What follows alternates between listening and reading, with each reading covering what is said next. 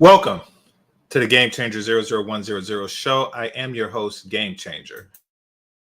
Apologies for the tardy start.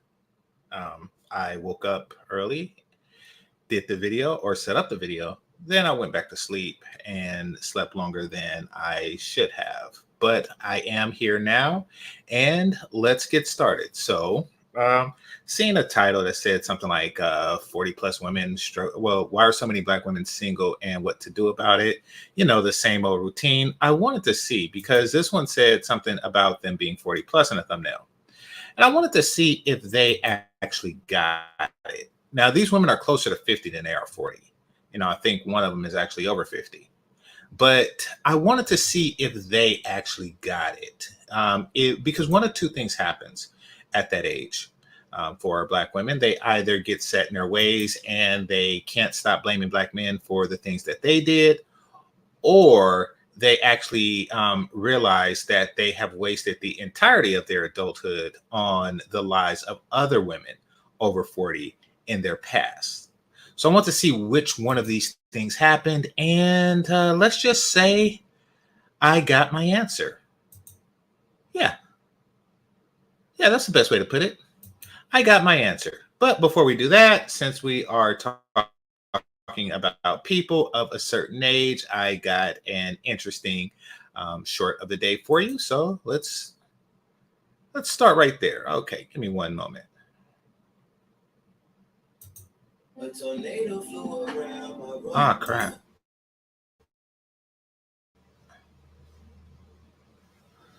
All right, hit the like button, please, and let's get started.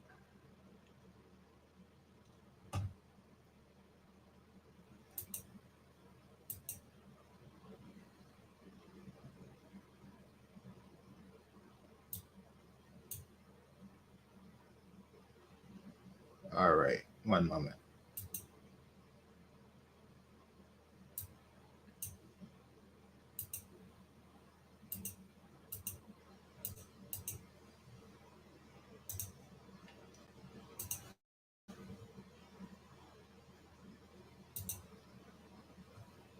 Oh, crap.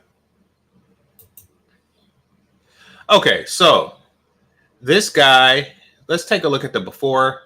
Goes into this barbershop. They say he took like 20 years off. I would, okay, this is what the guy looks like beforehand. Let's see.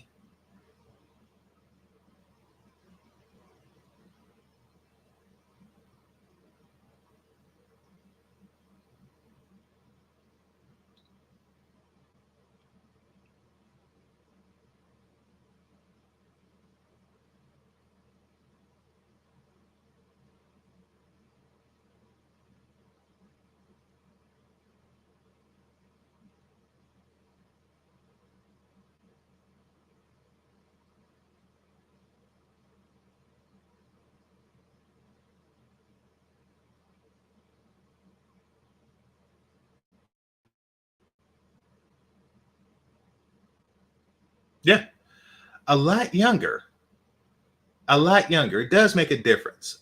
I was watching this and I was thinking that Black men spend more money on haircuts than any other group.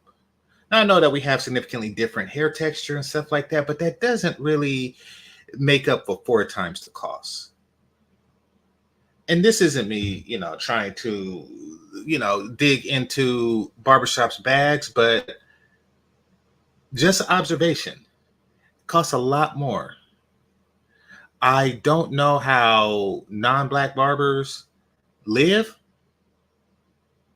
but I do know that they charge like a fourth or maybe even a third of what we have to pay for a haircut. Maybe we take it too seriously. I also know that brothers haven't been getting their haircuts as often as they used to, and this is probably due to, one, because of the gender war. It's like, what's the point? It's not going to yield much. Also because of the broken dating market. And lastly, because of the economy, stuff is expensive and you're gonna spread out. You're gonna stretch out. There's no Why get your hair cut once a week when you can get your hair cut once a month? It's not like something is going to happen. It's not like Chloe Bailey or Rihanna's gonna, see you with your hair undid in the last, within that 3-week time period, within the 3-week difference time period. So hit the like button. Hit the like button for me. So just thought that I would share that with you all. Now let's get to our feature presentation. Give me a second.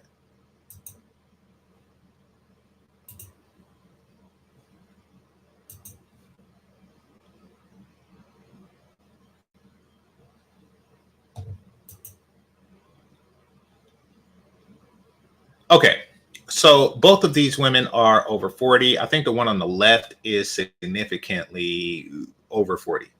She's further over 40 than the one on the right, but they are both over 40.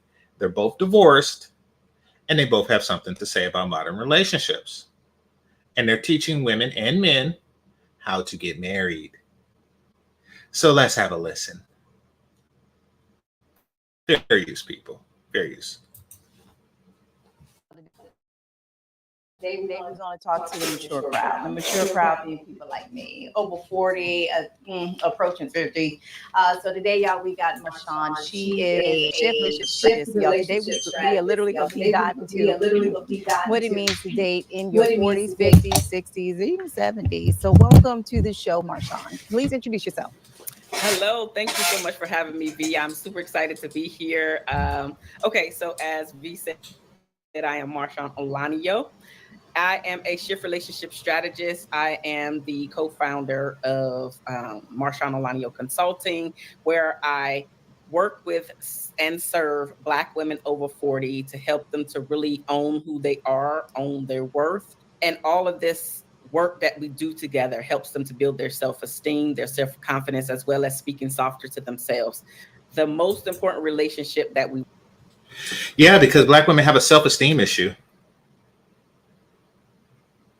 We should just watch like Kendra G or Fresh and Fit and see how low their self-esteem is.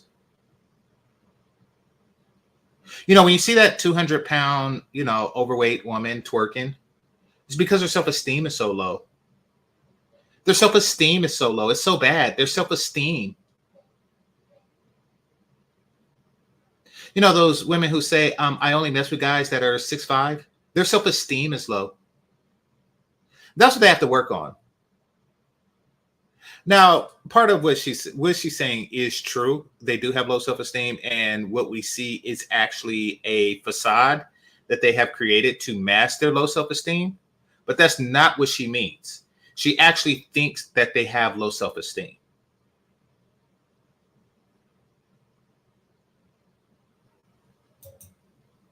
Work on is the relationship that you have with yourself. What do you think the biggest challenge is for Black women over 40 who are single and who are interested in getting into the dating market? What is the biggest challenge for them? I think that the biggest challenge for Black women over 40 trying to get back into the dating market is really not focusing or putting the next man into the same box because of all the hurt and pain that she has experienced, which leads me to the second portion of that, or I should say 1B, is getting into some type of coaching therapy to unravel a lot of that stuff. So 1A. That's convenient. Basically, her answer was the biggest problem that Black women have in dating and getting into the dating market is that they don't have a coach. By the way, I'm a coach. That's like asking a barber. So what do you think the biggest problem between, Black men getting and obtaining attractive Black women? Well, the biggest problem is that they don't have haircuts. What they need to do is get into a barbershop regularly and get that fresh lineup every 3 days. That's what they really need to do. It's kind of like that type of answer, except you actually need to go to school to be a barber. You don't have to put those in the same box. So those men or whomever it is that you're dating in the same box that you did before because of all of your past experiences with that person. Are you divorced or are you married, single? I am divorced. I am divorced because the very thing that I teach / preach, I got into a marriage where we were unequally yoked. So I'm also a believer, so I'll be using some Christian references. But we were unequally yoked. But a lot of it had to do with the fact that I didn't know who I was, right? The same thing that I teach and preach. I didn't know who I was. I had low self-esteem. I was just kind of grabbing at any man that would show me some attention because I grew up in the era where dark skin was not the thing. And so because I thought that I knew. Okay. I grew up in an era where dark skin is not the thing. You're talking about the technological era and the internet era. Like, what era were they the thing? The Shaka era. Like, what era were they the thing? And then once again, she's blaming it on low self-esteem. Now, what is that? This is a shot at her husband. She basically is like, listen, I'm with you because I feel that I can't do better because I'm dark skinned. So I'm going to get with you, waste your time, and then blame you for not being equally yoked. Holy crap. That equally yoked thing is a load of crap because it implies that everybody stays as, what's the word I'm looking for? As pious. Yeah. That they stay as pious throughout the relationship. Like a woman in her 20s is just as a Sunday school woman as she would be in her 40s. No, when people get older, then that's when they become closer to the Lord, both physically and spiritually. And maybe he didn't do so at the same rate as you, but what you generally said, it's because of the my love to the Lord that I broke my vows that I said before the Lord. That's essentially what you're saying. You broke your vows that you gave to the Lord. You vowed to the Lord that you would love, honor, and obey, sickness through health, death do us part. You broke those vows to the Lord for the Lord.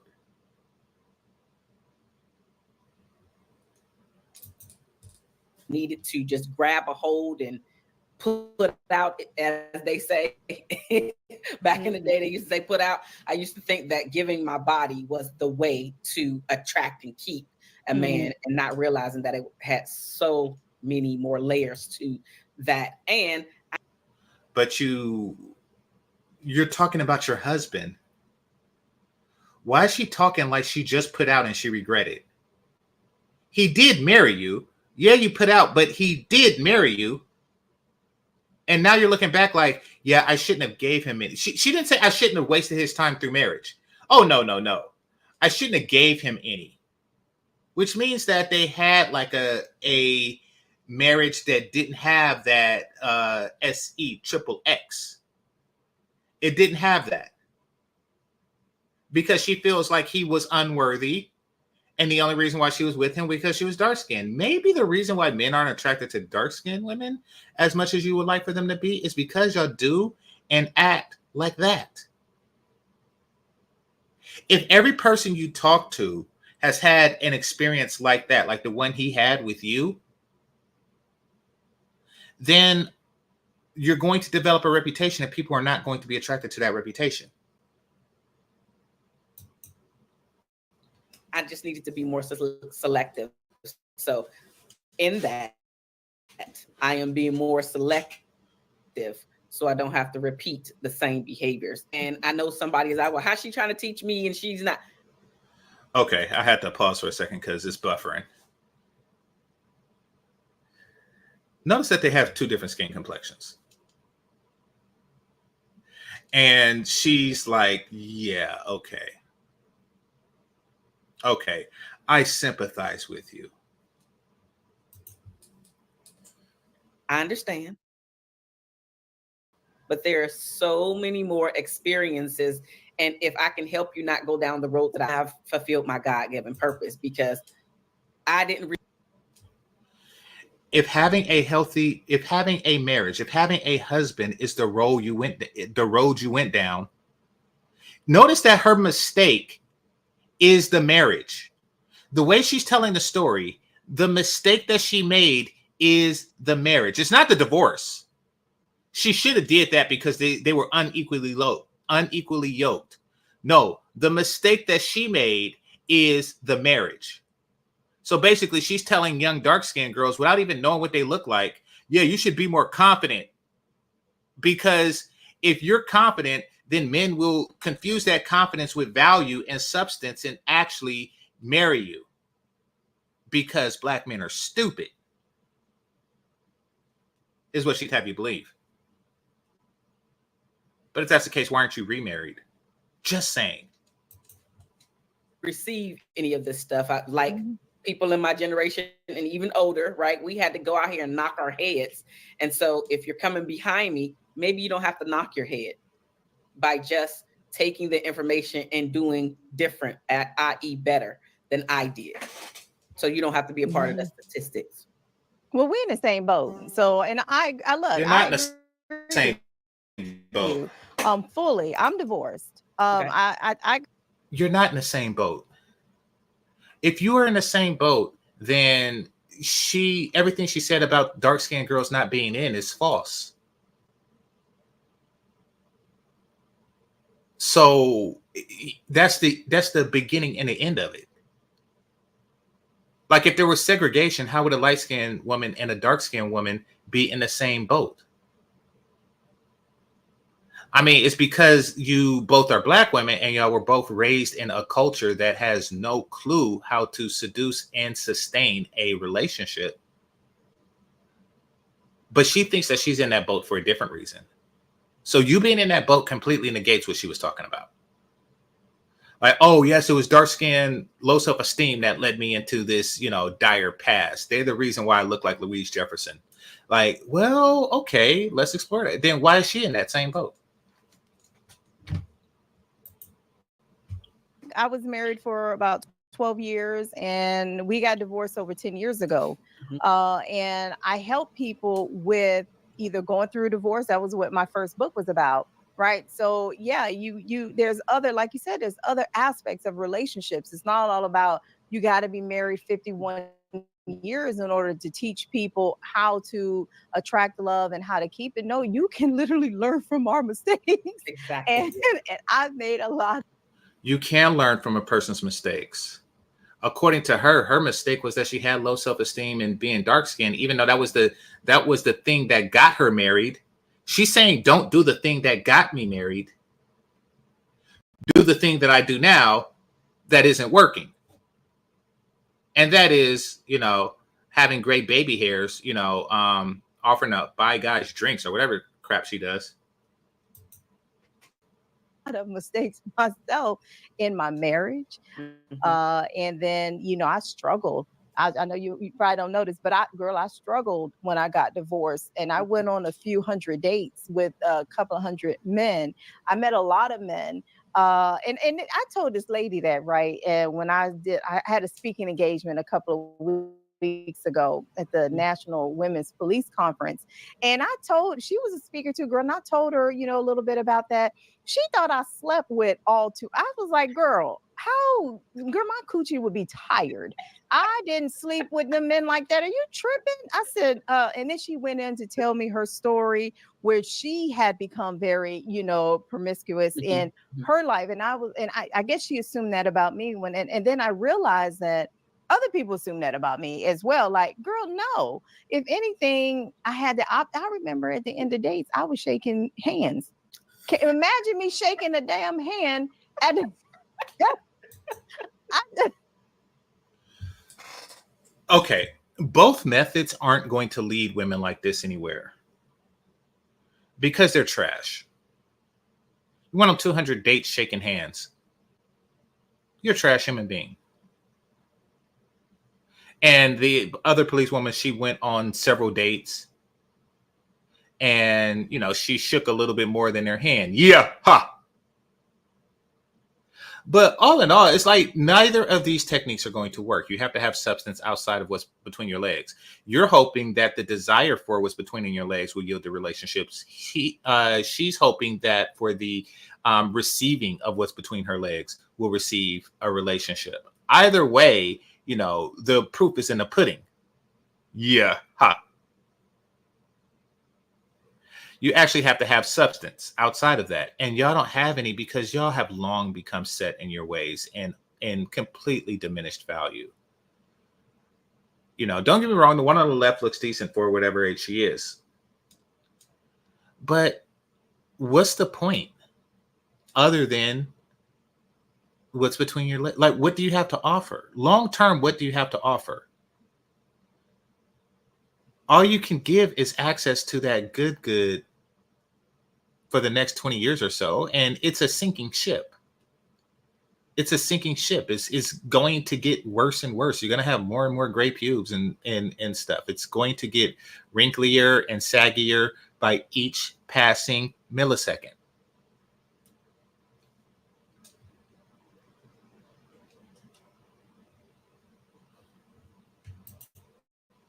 Okay, somebody said nobody wants 40-year-old cat.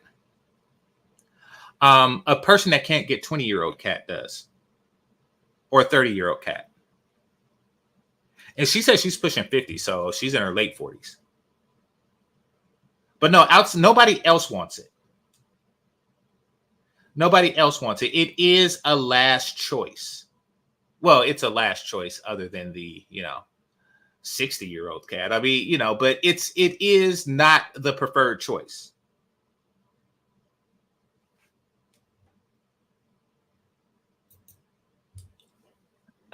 I just feared intimacy. If you ever heard about avoidant attachment style, I was like, look, don't touch me. Okay. Let's talk about this chick. Black men want children that don't look like them. That's why the majority of Black couples have a common denominator. The woman is, in most cases, lighter than the Black man. Okay. You're half right. Black men want children who don't look like them. No, Black men want children. That's why we're not checking for 40, damn near 50-year-old broads like that.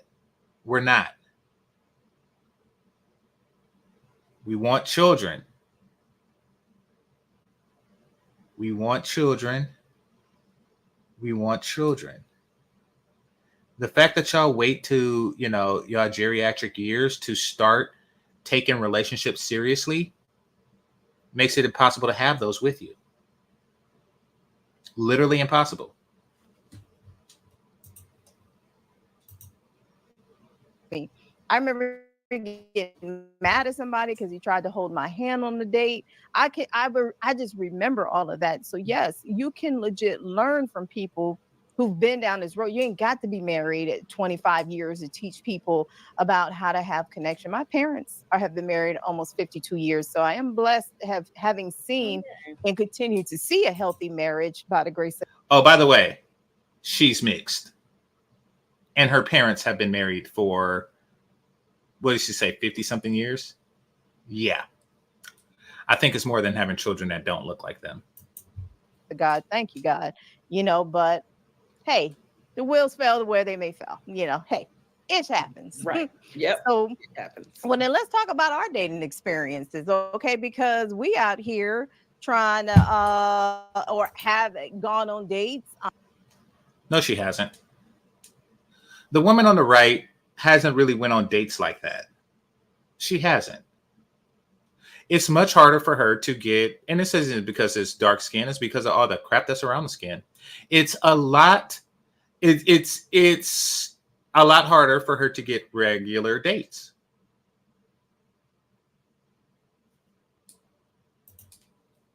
For the last few years, I was dating. So I understand. So what is your dating experiences like out here trying to even date again? Currently, okay, here's how I like to say it, because my mom be asking me the same thing. I'm not opposed to it. Is your dad asking the same thing? I'm not necessarily actively seeking it. The big picture and my main focus right now is my. Yeah, of course you're not. So you're still not taking dating seriously while teaching others how to create relationships. You're not looking to create one. You're not in one, nor are you looking to create one. Okay, here's what it means when a woman says, I'm not taking dating seriously. It means that they are only getting with guys that are out of their league that approach them first. That's it. It means that they are not making an aggressive push towards the dating market. And the reason for that is simple. Because in her case, because she fears rejection. Hit the like button, people. Because she fears rejection. You see, she's been telling herself her whole life that the reason why, guys just aren't into her like that is because she's dark-skinned. But sweetie, you're not hot. And I strongly suspect that you never actually been hot. I strongly see, of course you were hotter than you are now, but I strongly believe that you have never been hot. And for that reason, but you don't want to admit that. You want to admit that it's colorism, meaning that the problem is in the men's perception of you, not you. Once you are actively on the dating market, once you are aggressively on the dating market, it will become clear to you that what you already know about yourself will become clear. And you don't want that future. You don't. You don't want to put yourself to the test to know that you are not that chick.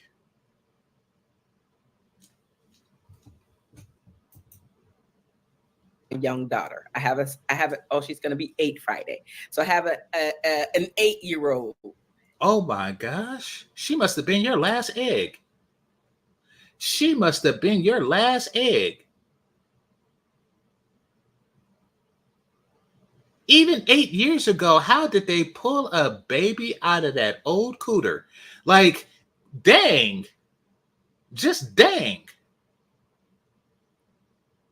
How long have you been divorced from your husband? This is all strange. So when you got pregnant is when you divorced him? Or when the baby was born? Or did you, after being married for years, divorce your husband and went on and got some sperm from a guy real quick? Something is not adding up. But no matter what, it reeks depravity. No matter what, you waited until a child was involved and then the divorce happened because unequally yoked. Or you had it with someone else after the divorce. Either way, it's something is stupid going on. A recently divorced person, 50 plus, should not have an 8-year-old. Or maybe she just divorced a dude and adopted or something like that. Okay. That takes up a lot of my time right now. And most people, when you're not in the same stage in life, right? They don't understand that a lot of the priority goes to the young one, and I'm not willing to lose her to get this. So I understand. That's where. Oh no, miss me with that. Men don't want to date single mothers. Miss me with that. What happened in the every year but 8 years ago? Miss me with that. I'm at, and I know that some people aren't going to understand it, and that's okay. I'm okay with that. Including but not limited to some men that approach me. They don't understand it, and I understand that your child or children are in a different stage. Mine, she's here, and again, I'm not willing to lose her to gain you. Nobody's asking Before to lose her. Last relationship, and I was actively going on. Nobody's asking for you to, put the 8-year-old back into your cooter. Nobody is asking for that. But what they are saying is that most men that age, okay, if you are over 40, which is her dating group, if you're over 40 and your kids are grown, then you're not looking to start a new family. Okay. If a person wants kids, he's not looking for a woman who's 40 plus. If a man doesn't want kids, then you have kids or you have a kid. Very few men are looking to raise a kid that's not his own with somebody. Yeah. Over 40. Like nobody, very few guys are willing to do that.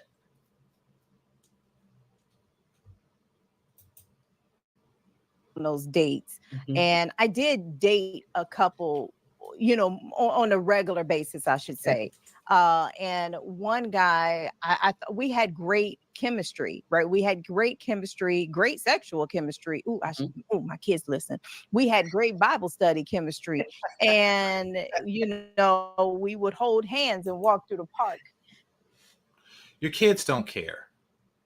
Like you said, your kids are grown. And your kids seen you go on 200 dates.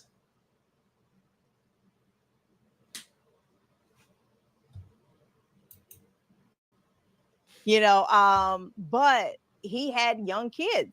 My kids are grown, and I didn't need a babysitter. I could go out of town, or I could, and yes, we just did not align. What that taught me, though, was your exact point was, you know what? If you have young kids, and I don't have any, girl, right here, it's just a. I gotta say something to this. I'm sorry, but I respectfully disagree. Swab D. I'm Swab D, the one that put the satin on you. All right. Anyway, it says, I will not enter any relationship in which I will be the third most important on the totem pole. That part is true. Modern Black women put their children first. That part is false. That part is false. Press 1 in the chat room if your mama put you first. Themselves second and the man last.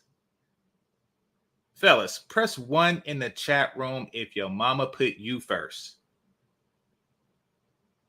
Do do do do do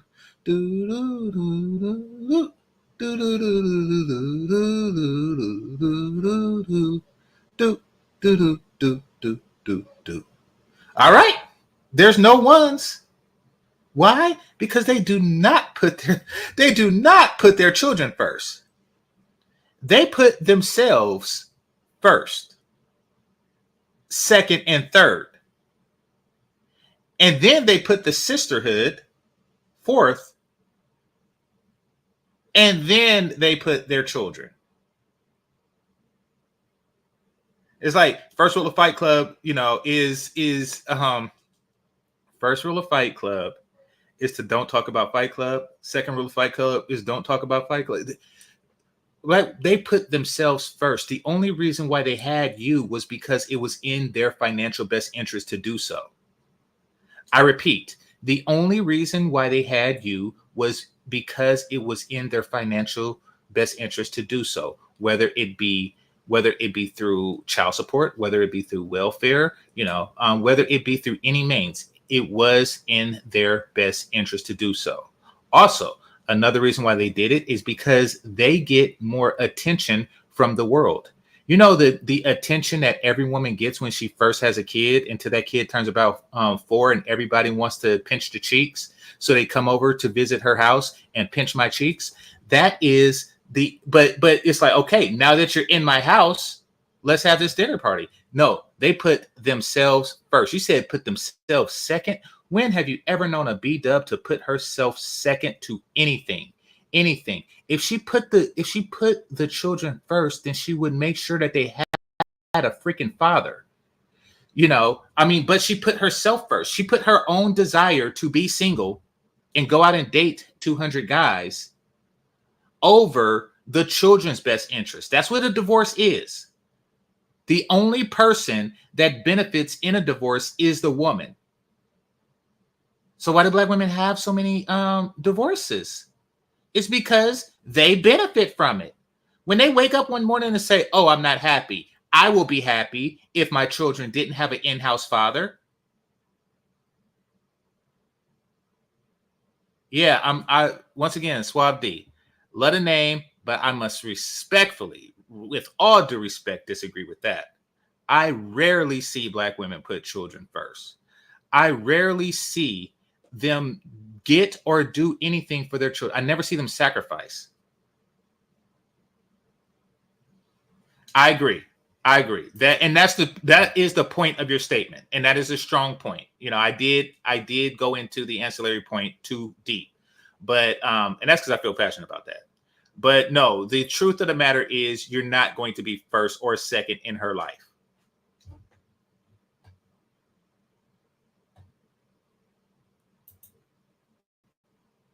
Dog.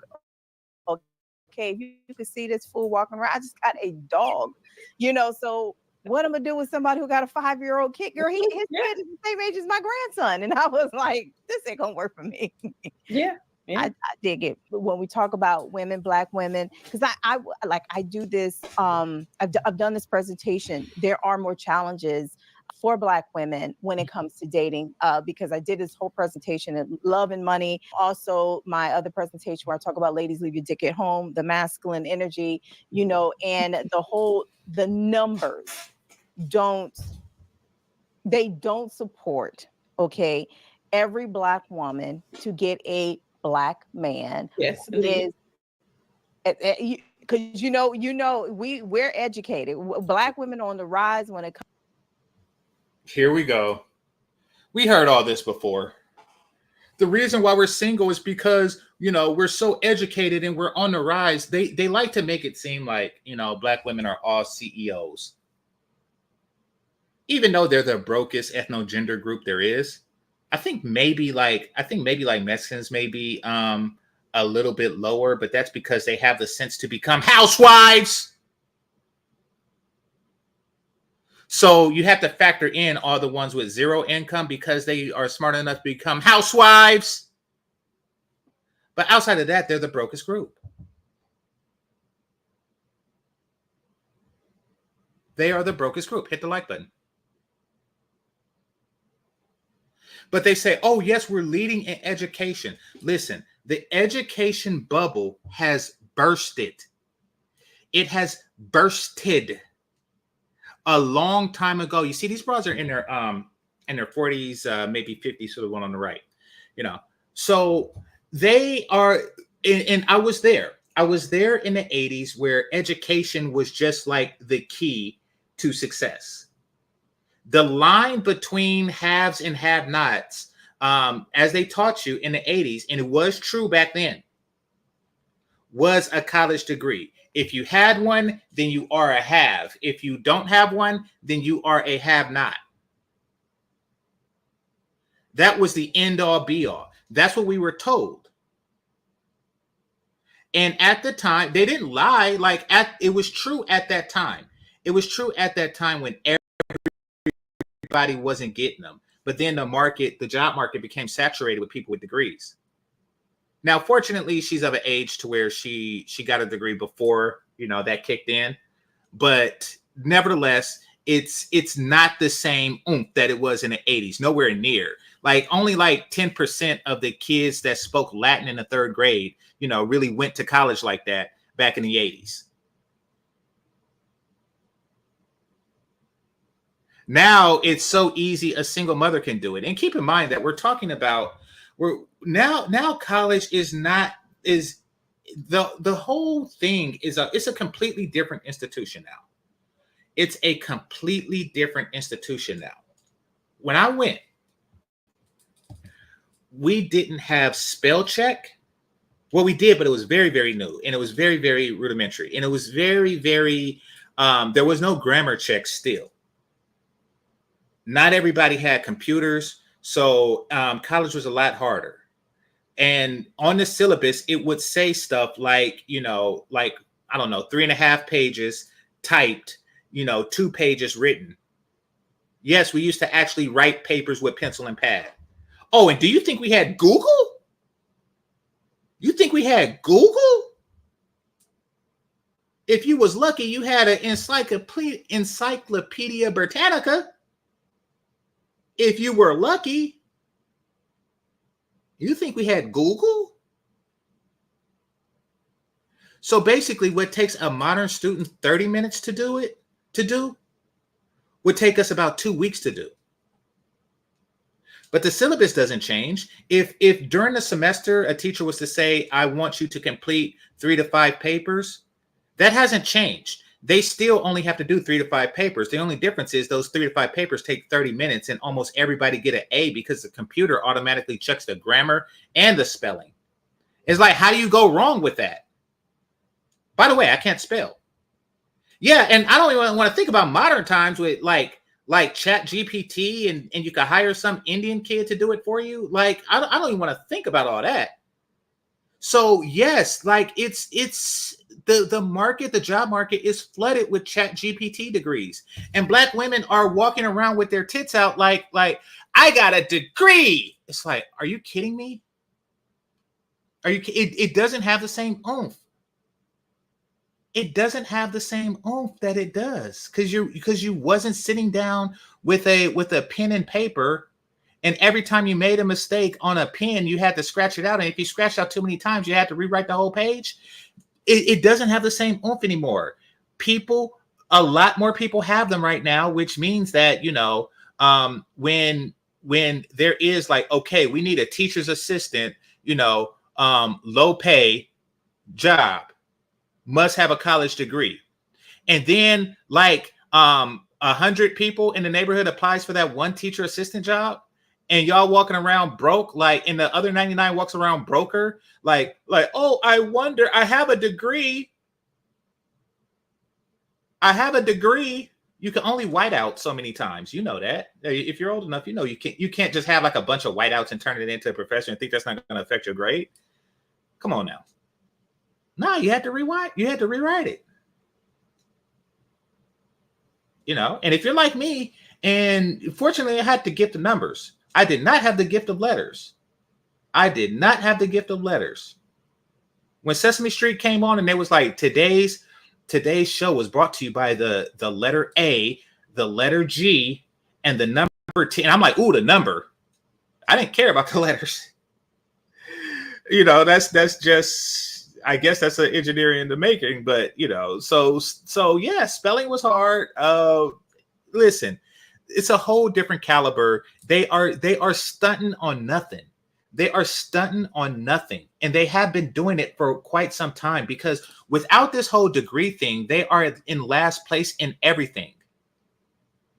They're last place in money, they're the last place in looks, and they're the last place in general desirability amongst everything. They're the last place in parenting, they're the last place in weight. I mean, like, without the degree, that is something that they can, use their over confidence, and then just to say that their men ain't crap.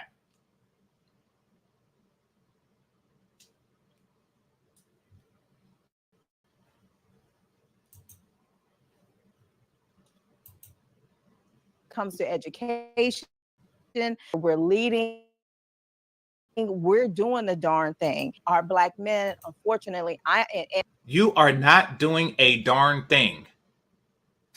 You are not doing a darn thing.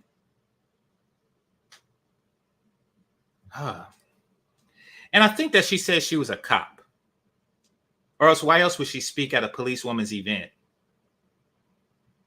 But I'm gonna keep it a buck. A lot of cops are stupid, just from personal experience. And to have a non-cop speak at a policewoman's event is that type of stupidity. But let's just assume that she was a cop, a position that didn't really require her degree, and a position that there are a lot more Black men in her very precinct than her. But she just killing it. While calling a Black man with more stripes on his sleeve, sir. But she's just killing it. You see the foolishness that's going on? Hit the like button.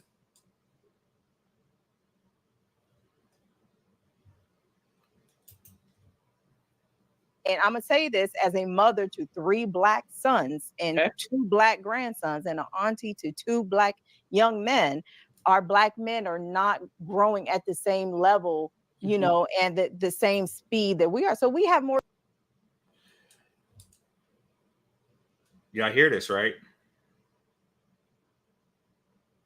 Y'all hear this?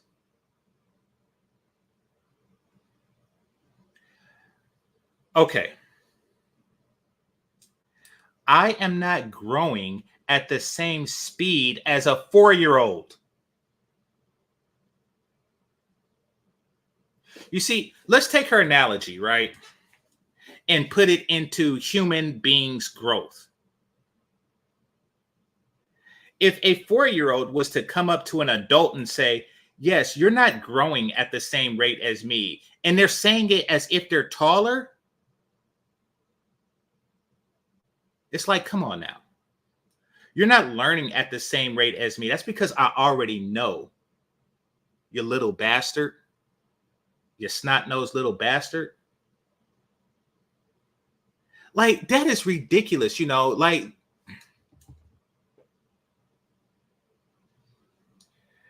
if a person goes from making $0 as a housewife to making 30K a year, they say, oh yes, and then say to the guy that makes, 200K, like, oh yes, I am growing at a faster rate than you.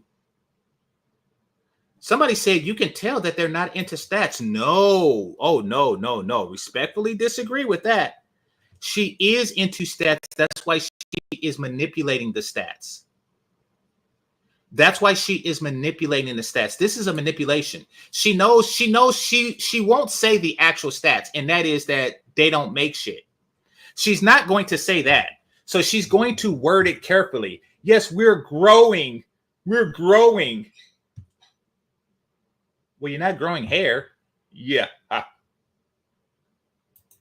So she's manipulating the stats like all Black women do. And yeah, she did crap on her son. When it comes to dating, knowing all of this, how can you coach her to, I guess, one, be optimistic in attracting, right, someone that she, let's say, like you said, equally yoked, right? Attracting somebody like that, right? How can you coach her to be optimistic when we know the numbers don't support it? And if so, does it include it all? The numbers do support it. It's not the numbers that's the problem. It's, for one, it's bras like you manipulating the numbers. Oh, and by the way, this is a very loaded question. She's trying to direct her into answering the obvious. And that is, oh yes, Black men don't, they don't have the money, which is what she's trying to imply, even though that's not what she said. She said we're growing at a rate. I mean, you damn sure not growing at a rate faster than white men. Or excuse me, you damn sure are growing at a rate faster than white men, because there's no room for growth for white men. It's all downhill from there, like all the advantages that they had in the 80s is going away because of DEI and stuff. So you're growing faster than white men because they can't grow any faster than they did like in the 50s and crap like that. So, I'm sorry, I have to swallow my spit because I'm getting tired of this chick.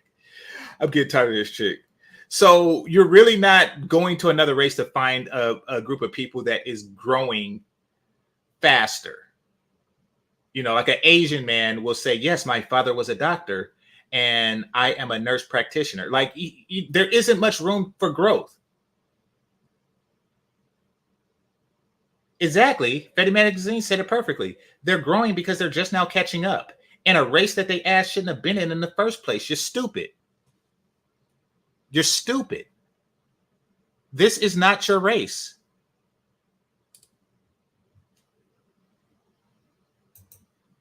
Okay, so Swab D, I appreciate you, brother. Appreciate, we respectfully disagree. It says, good job, GC. Appreciate your insight. And it's not, that was a minor thing, so I appreciate that. Counselor at Large, I appreciate you. Says salute. Appreciate you, brothers. I will put you in the matrix when this portion is done. All right.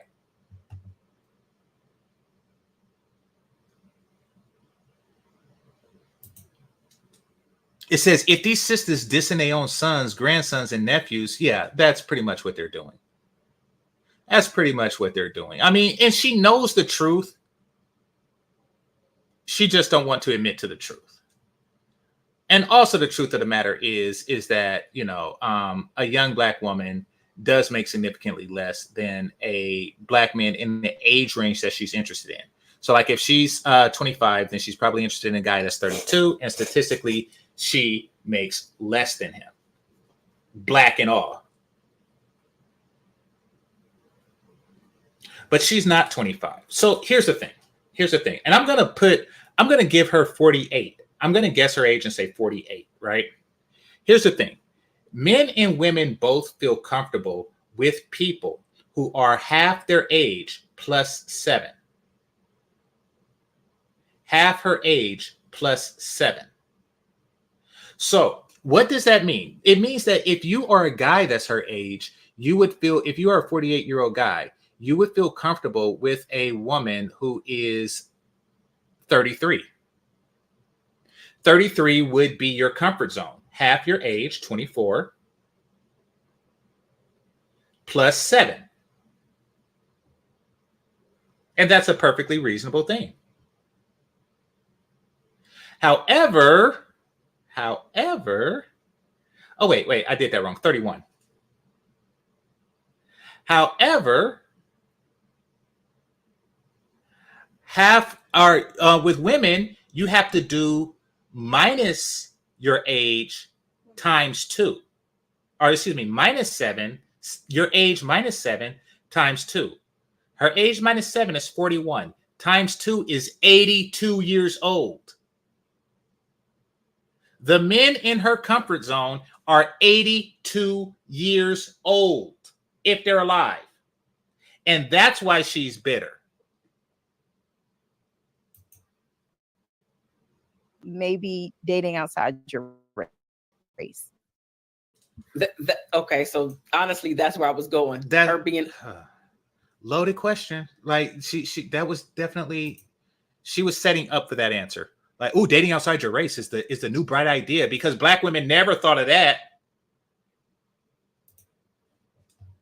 Open to not only 100% saying I'm only going to date black men, but also understanding that there are black men that meet the criteria, but you also have to put yourself out there, go to the spaces that they're in. Because what I hear from some of the athletes, I don't know a lot, but the few athletes that I do know, one of the reasons why they say that they end up marrying outside is because that's what they always see. So when they're in those social circles, I'm not saying it's right, I'm not saying it's wrong. What I am saying is, this is what they tell me. They may see a few. Okay.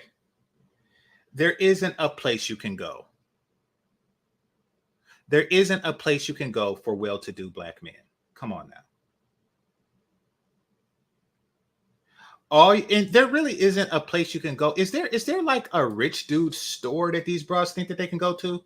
And the reason that they haven't, the reason that they haven't found these top 1% dudes isn't because they look like her. Somebody say Harriet Winslow. I agree. She looked like every 80s mom that's not so hot. But the reason why they can't, there isn't a place for them to go. There isn't a place for anybody to go except the gym, which, I mean, come on now. They're not going to go there. The place to go, ladies, listen to me good. The place to go to find, and you're talking about black men here, so let's go there. To find athletic black men is in your teens and 20s. That's where you go. You go to the DeLorean, and then you actually take dating seriously when you were younger and men wanted to date you.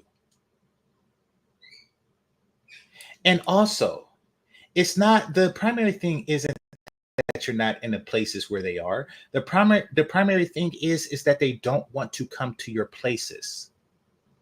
I'm going to repeat that. You think that the women in Colombia got to go somewhere? You think the women in Colombia got to go somewhere to find well-to-do black men?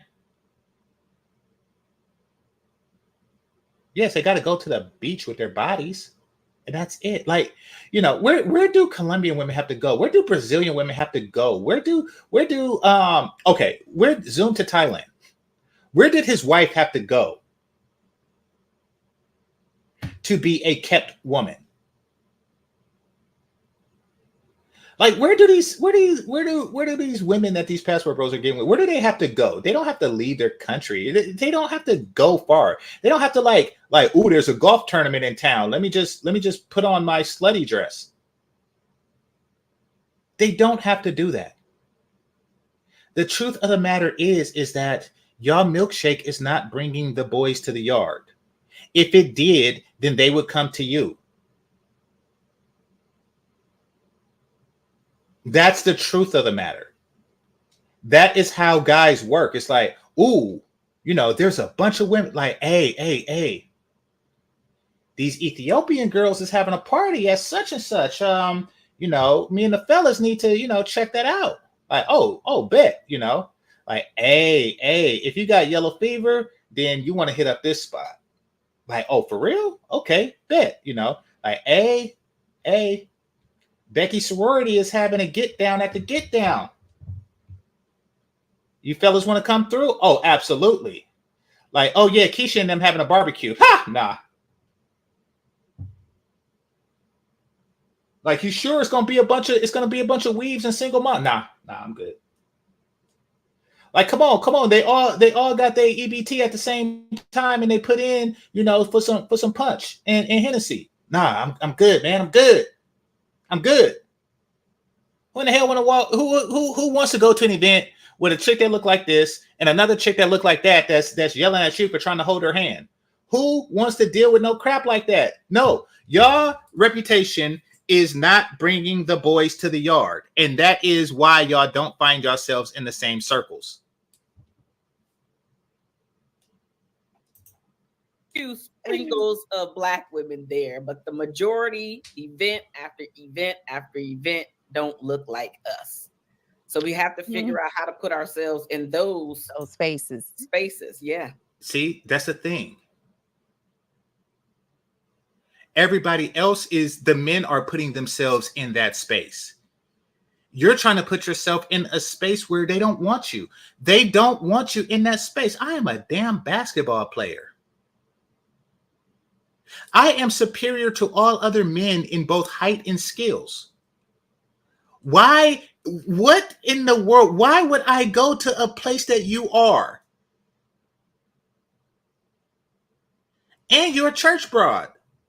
Like, why in the world would a guy go to anywhere that you are to get with a church broad that look like you? That does not make any sense whatsoever. We're not in the same place. That's because they don't want to be around you. And you still going after basketball players and teaching others to do that.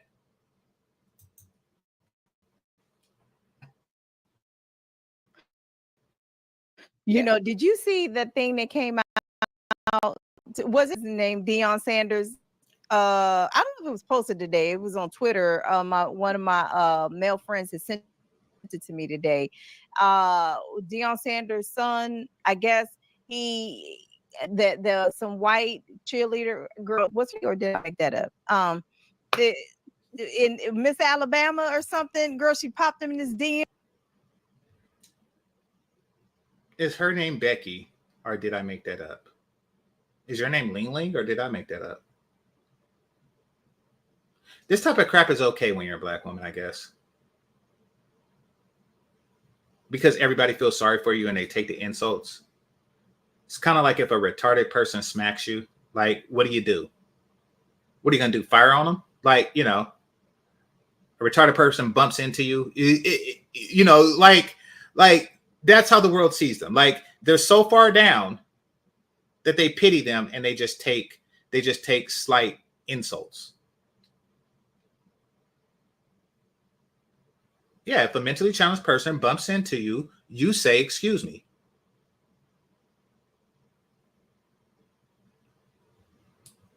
Oh, and by the way, that's how the light-skinned one looks at the dark-skinned one. DMs, you know, Deion Sanders, quarterbacking son, the popular one. She popped in his DMs, knowing he got a girlfriend. And I couldn't tell her nationality, but she was. Why are they all in this dude's business like that? I didn't even know Deion Sanders had a son. But they're just hyper focused on who these guys mess with and stuff. Listen, they're not going to mess with you.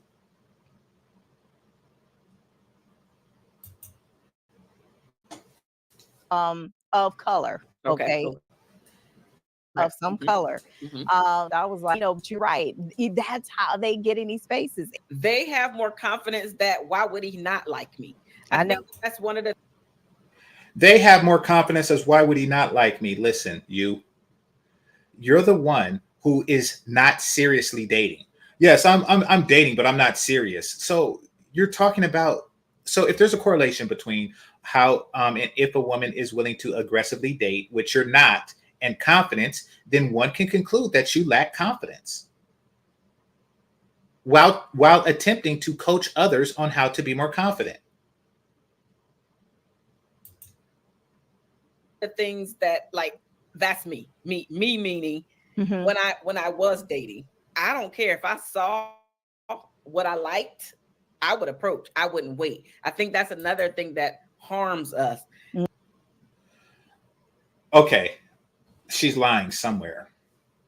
There's a lie in here somewhere, because before she was like, I was dark skinned and I would take anything. That's how I met my husband. But now when she was younger, she's like, oh no, I would approach with confidence. I'd approach any guy with confidence. Y'all see these lying broads? Y'all see these lying broads? In comparison to what you call her, Becky. In comparison, I think that's her name. I'm not trying to be funny. I swear to goodness, Marshawn. No, I actually do hear this more often than not. Exactly. They're comparing themselves to Miss Alabama, a pageant winner, talking about dark-skinned women lack confidence. But I'm lies. Just a fat bitch in disguise. Lies. No vagina, just her thighs. Alrighty. Lies. Eating sweet potato pies. Alrighty.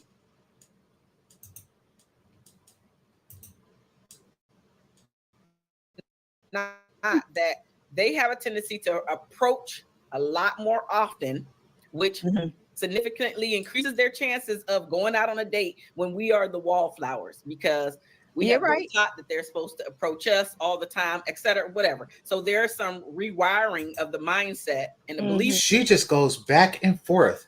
Like first, she had the confidence to holler at, to approach every guy that came her way.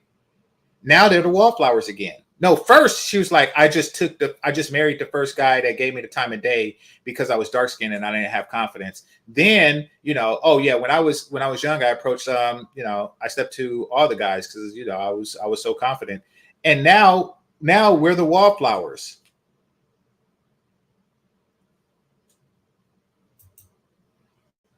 Systems that need to happen as well. However, all of it wraps. I don't think that it's just one thing that's plaguing us and holding us back from marriages, and specifically with Black men or just in general.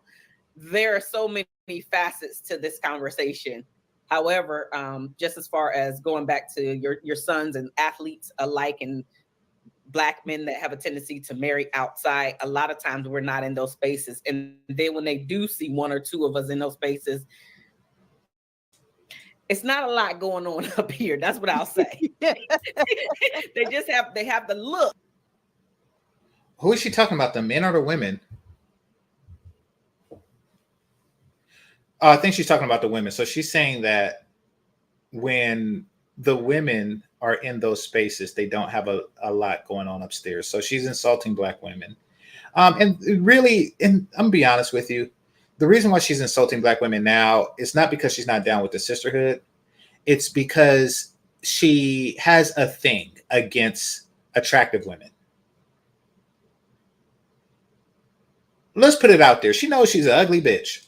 She knows that she's an ugly bitch. Who's that guy that Fred Sanford, Red Fox, rest in peace? Who's that broad that he used to always get into it with that lived next door to a junkyard? And she used to come over all the time. Stanford and Sons was before my time even. But I did catch a couple of syndicated episodes. But he used to get into it with some ugly broad next door all the time. All the time. And that's who this reminds me of. Yes, she's insulting attractive black women. Of course she is. If you're attractive, you have to be dumb because that's just how nature works. All right. So I bet you're not voting for Kamala by that logic because, I have to say, I've seen the pictures of her in her AKA Stomp the Yard days, and she had it going on. And she was light-skinned. And she wasn't black. So, she got down with Willie Brown. So, yeah, I guess you're not voting for her because attractive people or people with attractive genetics are idiots. So, yeah. Aunt Esther, thank you. Thank you, Aunt Esther. So it's obvious she got issues. She got issues of the unattractive, meaning that she recognizes herself as an outsider to that particular cohort. So all the confidence that she claims that she has or had is cap, like I said before. All right. Dig Thug says, my primary concern was always how American black women don't educate their kids. Exactly, because they're the only ones that do it. And they don't educate their kids because they don't give a damn about their kids. That's enough for me. Even if they did become submissive, they are poor at raising children. Yep. Last in every category, unfortunately. Yeah, look at the stats. Exactly. And that's another thing. That's why they're wondering why they're having so many difficulties crossing over. And they're so stupid, as they assume that attractive women are. They're so stupid that they go to other races and be like, yes, the reason why I'm over here is because black men ain't shit. So you want me to put a child into something knowing that it will come out and not be shit? Is that what you're saying? That's what you're saying. If I were to put a child in you, according to you, black men are either genetically not shit or y'all aren't raising them to be shit. Either way, putting a child inside of you is a bad proposition.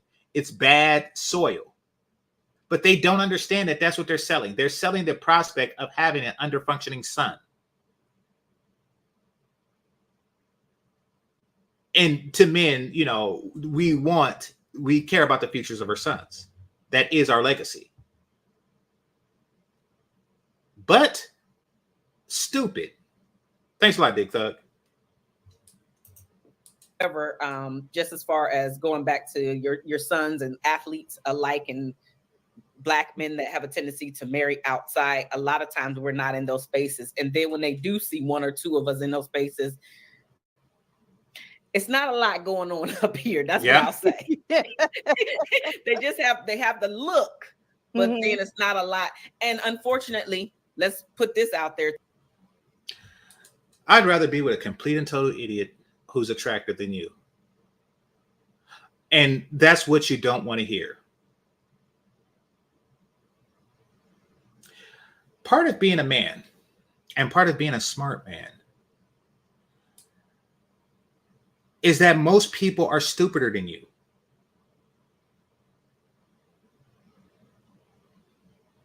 Most people,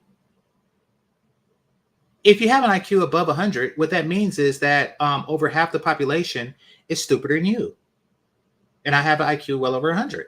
So that's the end all be all. You develop an understanding of it. I mean, it's not like Einstein just walked around, depressed or, frustrated because everybody's an idiot relative to him. No, you develop an understanding for it. So what's left is you know, I mean, it's not like these 7'1" dudes is just walking around like everybody's short. No, when you are above average in something, you just come accustomed to knowing that, you know, others are not above, you know, above average, that you have this thing over most of the population. And if you're a guy that with reasonable intelligence, and you find yourself in the company of a Kelly Bundy style, attractive, you know, non too bright person, you really don't give a shit.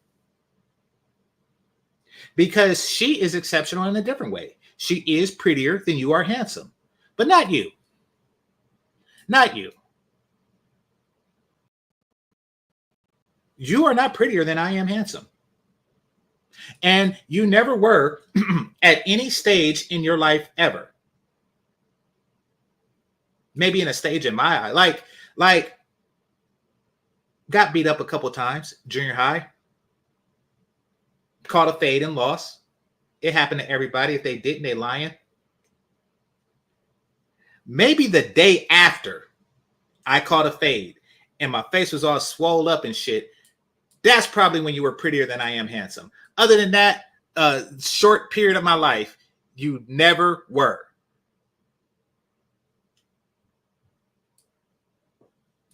Hit the like button. Two.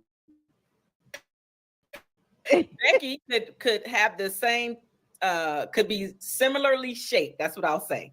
Thin, whatever. Mm-hmm. She ain't got nothing up here. She'll still be chosen over black girl that don't have nothing up here. Mm. And that's the mindset for. You see, it's all what should I say? It's all Jermaine's fault. Oh no, it's because even when all things are equal, the black man still chooses Becky with the good hair. Because we just have this Becky fetish. You know, we seen a Got Milk commercial when we were a kid, and ever since then we wanted everything white. Like, so there's no sense of person. And she's a coach. She's not coaching these women on being personally responsible, personal accountability. She's basically telling them that you can't win. There's no reason to get in shape, because if you are in shape, you know, you're still going to lose out to Becky, but you should still have confidence, even though the men prefer Becky over you, and there's nothing you could do about it. You see the load of crap that is going on here, and she's calling everybody else dumb. She's never going to see me on these YouTube streets. She knows that she would be intellectually obliterated. You know, this is just ridiculous. For them as well. So I think that there needs to be some rewiring on both ends, the brothers and the sisters. In the presentation, I ain't rewiring shit. You ugly bitch.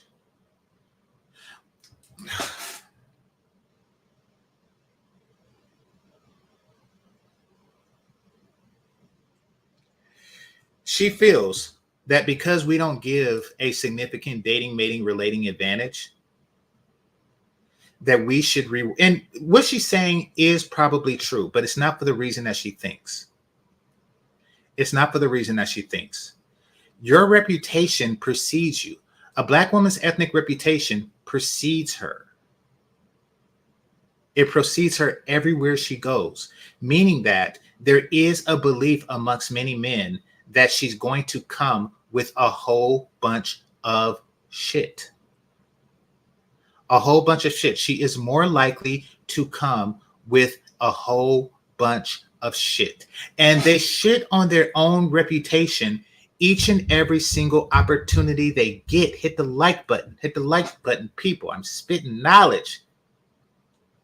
I went to college, but I didn't have to go there to spit this knowledge. Here's what I mean when I say the reputation precedes her. Where is the white Brittany Renner? Who's the white broad that's doing what Brittany Renner did? Do do do do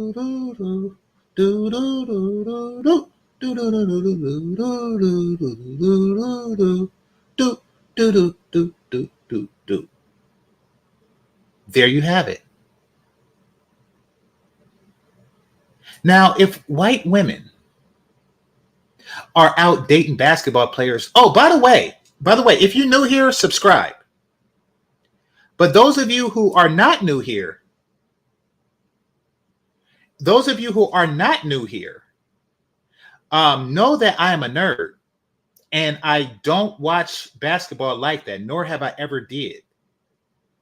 So the fact that Brittany Renner's name is in my nerdy ears, a person who cannot stand, you can listen. I think the only time I was watching it was when the Warriors was winning championships, and that's because I'm from Oakland. But that's it. You could not get me to watch like a whole game. It's just not in me. Hey, I'm born and this is what I am. But the name Brittany Renner reached my nerd ears. Now, what does that mean? That means that, she bragged about it so vastly that people who do not give a shit about basketball know her name. Y'all crap on your own ethnic reputation over and over and over again and wonder why they prefer Becky. Like, what do you think the next generation of basketball players are going to do? They all know Brittany Renner's name. You think they're going to be more or less attracted to black women?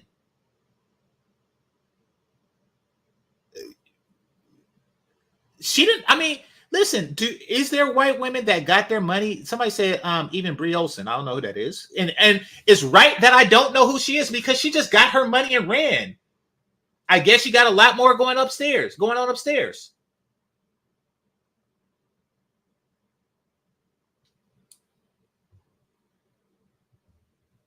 Somebody said, trick question. I only have black white women do that. Oh, is that what Brittany Renner is?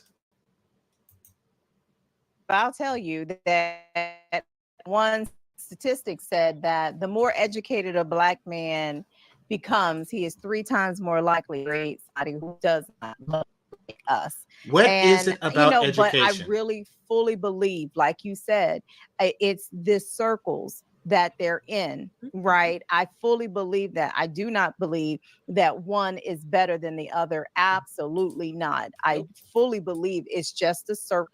Then you're a freaking idiot. It's just the circle that we're in. No, it's the circle that you're shaped. Listen, though one may not be genetically better than the other, one is, what's the word I'm looking for? Culturally better than the other by a long shot. Oh, it's the circle. If I was to enter the circle with 3 adult kids, then yeah, I could get a basketball player. Yeah, right.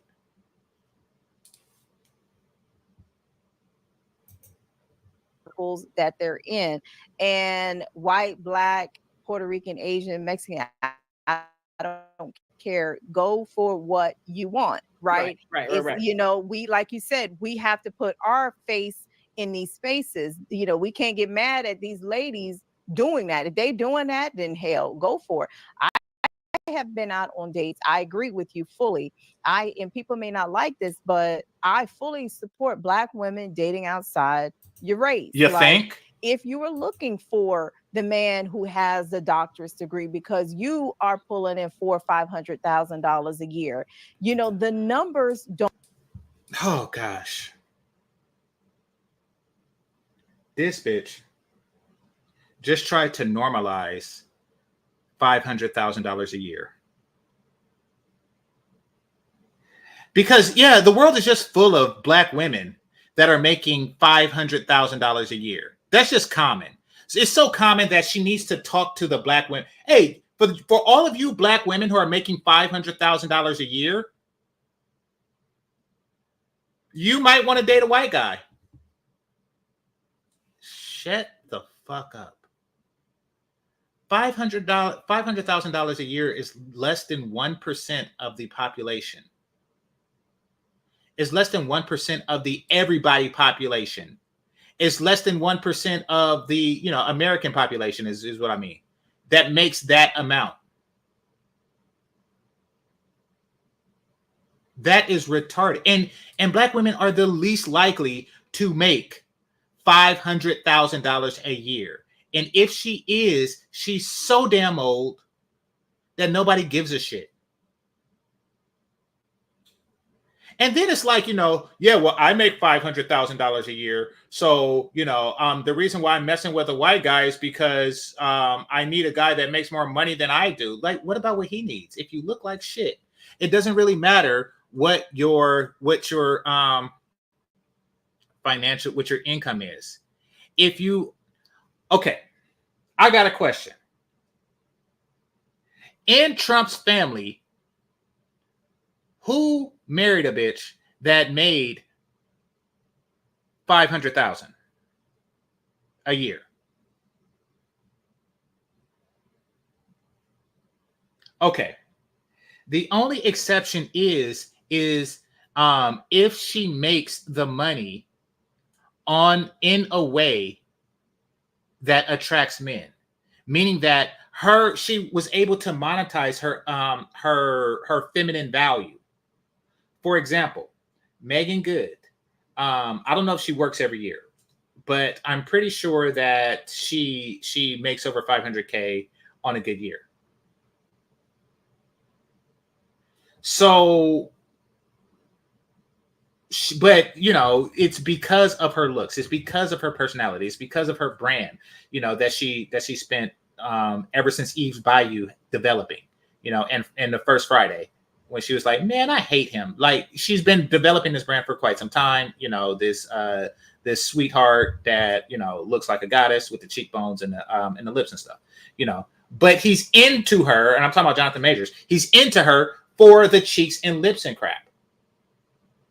It is not normal for you to bring that up as a norm. This is your straw woman, a $500,000 bitch. Let's hear what she has to say further. Don't support it. You're going to have to expand it. Expand your search, right? I've been out on dates with Asian men. How did that go? Men, How did that go? Cuban, Puerto Rican, How did that go? I don't. How did that go? You come at me and you ask me. How did that go? You just kind of glossed over that. How did that go? How did it go with each of these guys? Yeah, that's what I thought. Oh, and by the way, none of these guys made over $500,000. That is for damn sure. That is for damn sure. None of these guys made over $500,000.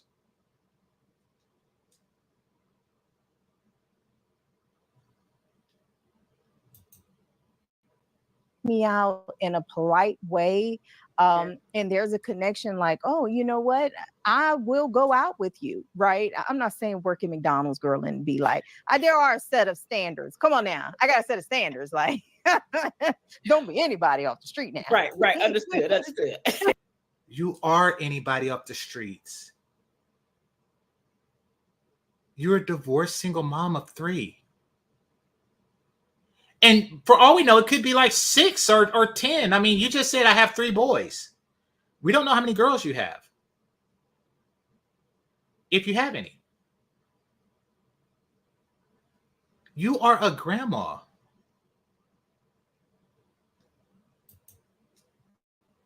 For those of y'all who are listening. Okay. I appreciate the super chat, but I have to again respect. Okay, let's see.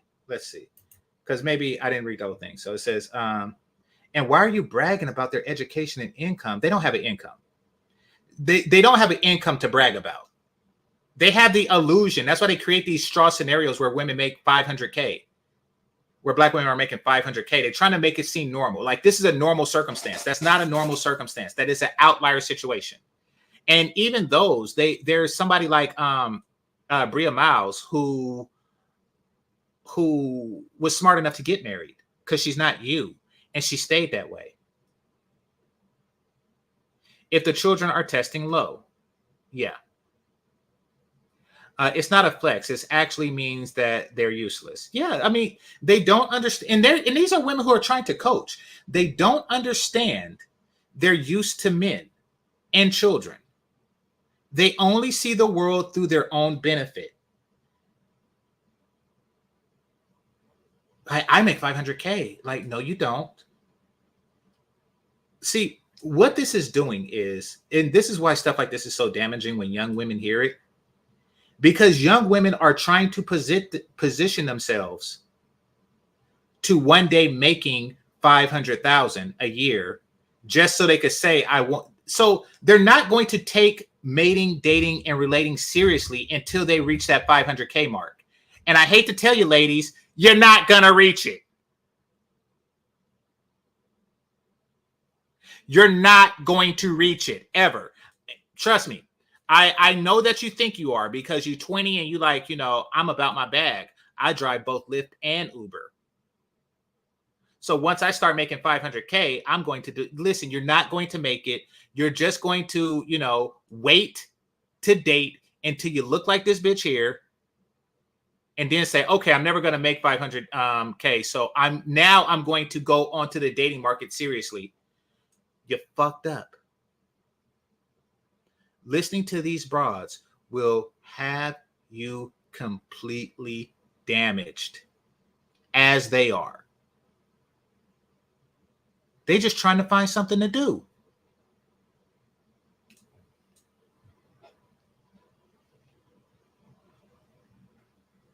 Let's see. Yeah, exactly. But see, here's the thing. She doesn't have the income. She's just, that's what they do. They like, so say if I make 500K, you don't make 500K. You do not make 500K. This bar right here, none of these chicks combined do not make 500K. They don't.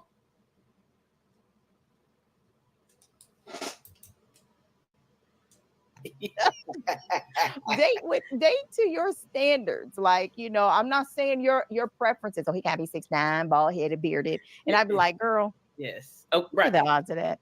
And thank you. Let it go. Your man might be the shape of a leprechaun. Like, you don't know if this man loves you. What are leprechauns shaped like? Obsidian?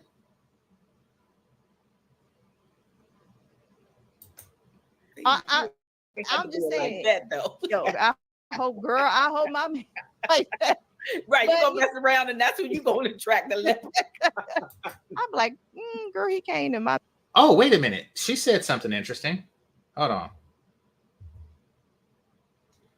In fact, let me put the captions on. So I want to make sure I heard this right because I didn't catch this the first time.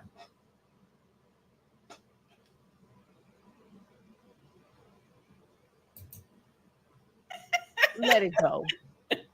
Your man might be the shape of a leprechaun. Like, you don't know if this man loves you. I'm just saying like that though. Yo, I hope my man like that. Right, you're gonna mess around and that's who you're gonna attract.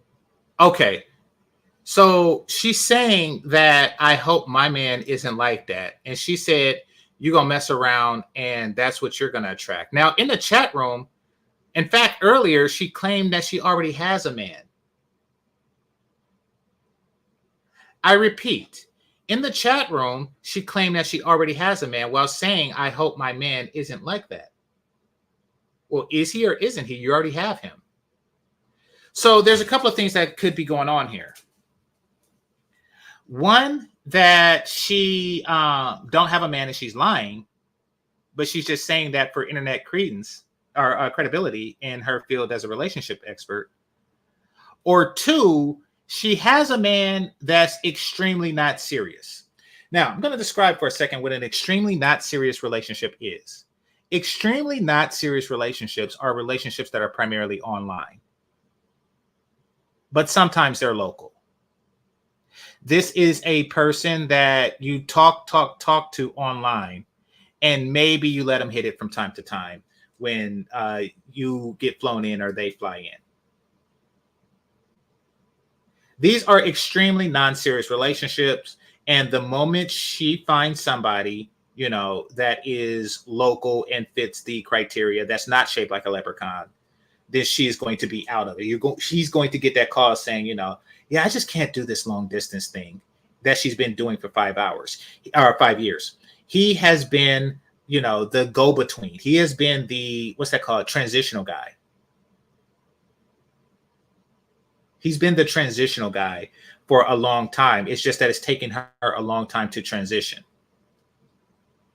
Now, if he was to find a younger, hotter, sexier, childless thing, he would just keep both. So she's not really worried. And he probably already has one locally. Just saying.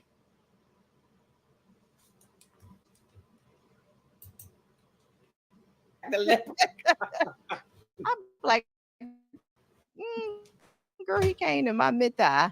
Can I add something though, V? There's also, so the mindset piece is really. Oh, and by the way, also because I got caught up in all the other hypocrisy, I forgot the main one, and that is she just said your future guy could look like a leprechaun, and then started making fun of a leprechaun. He just come up to my mid thigh. I hope it's not like, really.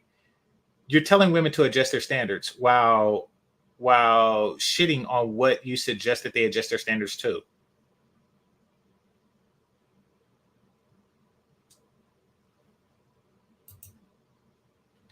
I'm going to talk about this comment. The one on the right is far less attractive. Yeah, well, duh. That is the you just stated the most obvious thing ever. That's like telling a kid that the cake is more delicious than the broccoli. Like it's by leaps and bounds. It's by leaps and bounds. Only in Black female circles are these two people friends.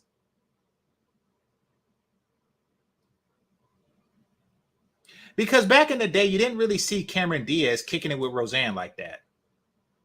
Or Rosie O'Donnell. They just weren't in the same circles. Like this, this is some. They don't really, yeah. That's an understatement. That is an understatement. 1D forever. Important here too, because I really feel that even if you're making that amount of money, and you're someone that is at least. Yeah, none of you are making that amount of money. Like, I mean, the few of you that are making that amount of money is so insignificant that it's not even worthy of this conversation. This would be the Asian man equivalent. It would be like if somebody if an Asian guy was to go online and say something to the effect of, there are women who are intimidated by my height. Yeah, so if you're an Asian guy and just so happen to be 6'10", then I have a message for you. You should date non-Asian women because they're too short. What the fuck? That would be the equivalent statement. No, that is an extraordinarily rare outlier problem that neither you nor any of your damn clients have. You have less than 2,000 YouTube subscribers. Like, what in the fuck do you bring to the world that is ever going to be worth $500,000 a year? Over $1,000 a day. I'm educated. Financially. I'm not no other place but financially. And he's not financially the same as you. Then this is where the limit comes in, and your maturity level as well. And how you're able to still see him as what everybody is saying, the king, right? The king of your household, and still allowing him to be the man, and you're not emasculating him based off of how you can show up. So there's still a way for you to do it if you don't want to put yourself in them situations or go out to those high profile places. It's okay. But if you can't handle it, and let's be real, if you know he can't handle it because he's made some remarks, and I'm saying that for me because that happened and I was dating, and he was making remarks because I was the breadwinner, but I wasn't paying attention because I'm like, sir.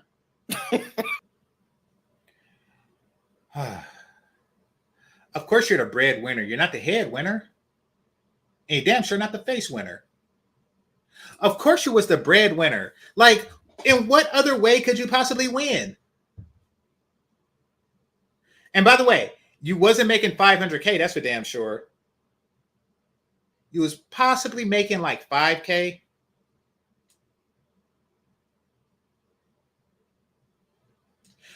Okay, I'm gonna tell you a story, and this goes into the education. And women think that education is the end all be all, and they're under the impression that they make more than their male counterparts because of than their less educated male counterparts because of the education. Listen, I have a friend, right, who's blue collar. I'm not going to say what specifically he does, right, but he is blue collar, and which means that he works on the regular maintenance of society. This includes things like sewage workers, the people who make sure that the lids are on fire hydrants and stuff like that. Fire hydrant inspector, people like that. He's one of those type of people. The people who make sure the power lines are up. The people who make sure the cable lines are up. And less needed, but the people who also make sure the phone lines are up, right? So, just so you know, and I think that this is true throughout the union, except Mississippi, and they don't count as a place. But I do believe that each and every single person you see climbing a telephone pole, makes 6 figures. I'm going to repeat this. Each and every single person you see climbing a utility pole makes 6 figures. Each and every single man you see in a manhole makes 6 figures. Now, that's something they don't want to tell you. That's why they say we lead in education. Nobody gives a damn. Now that I laid that foundation, so my friend told me the story, right? And those people, because they're like out and they can meet the public, if you are, or high fives, but high fives turn into 6s quickly. High fives eventually turn into 6s quickly. If you start at 90, it'll be 5 to 10 years before you're over that 90 hump. And that's with 5% cost of living increase. You're going to hit that hump anyway. So, but nevertheless, if you are a reasonably handsome utility worker, there are women that are going to take notice. That's just because you're meeting them in an opportune situation. They see you're working. It's kind of like having a firefighter uniform on. Like they know enough about you to if they're interested or not, right? So this is when we both were younger. This woman, it possibly looked like her. He didn't describe her as an attractive woman, or else it would have been a different type of story. He said this woman offered to be his sugar mama, and she made like 65K, and she was bragging on it in California money. She was bragging on her 65K a year. She was like, how many women that make 65K a year? And he made twice that, over twice that.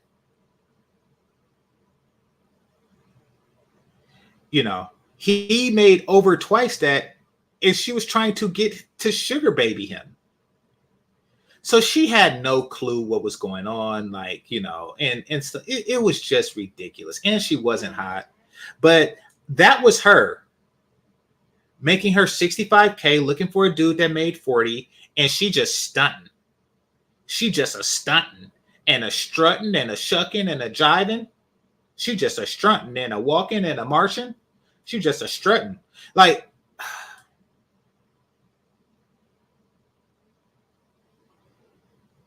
And doing that makes her feel like she's making 400 to 500K.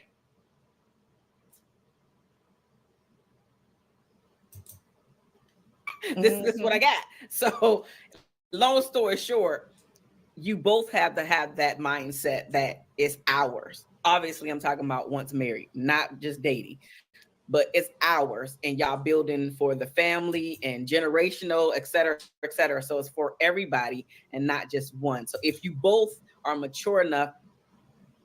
Hell yeah, California money. I lived in this place my whole damn life. I could tell y'all it's different money. I could tell y'all point blank period. It is different money. It is different money. A whole world of different. California money is way different than y'all money. In fact, I was just talking to Bernard.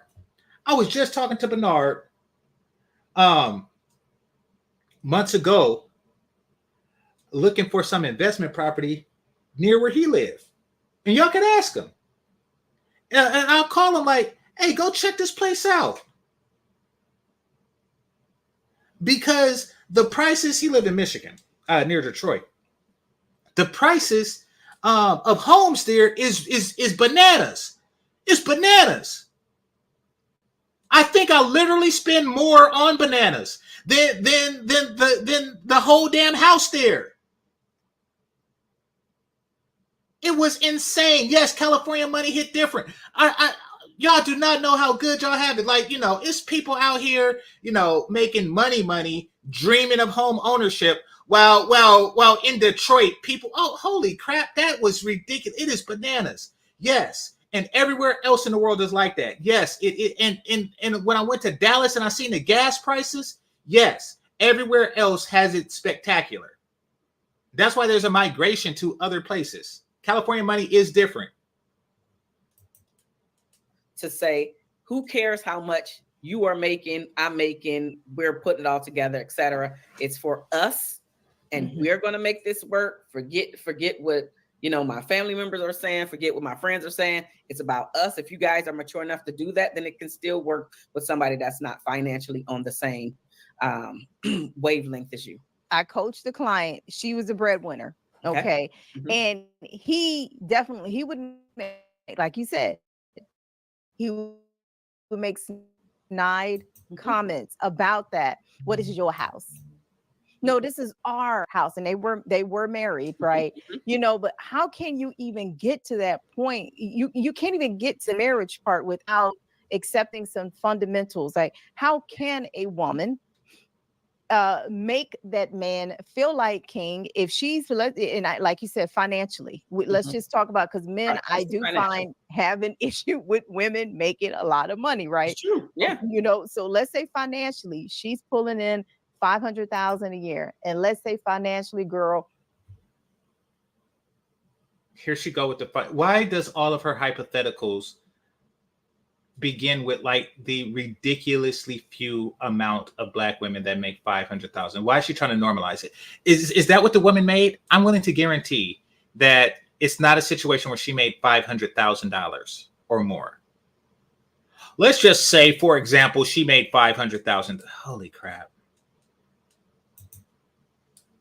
he drives the city bus, and ain't nothing wrong with driving a city bus, but I'm just making a point here. He making $50,000. That's how they see Black women and Black men, and that's how they want the world to see it. Black women are these CEOs that make $500,000, and Black men drive the city bus. Does anybody know of a relationship like that?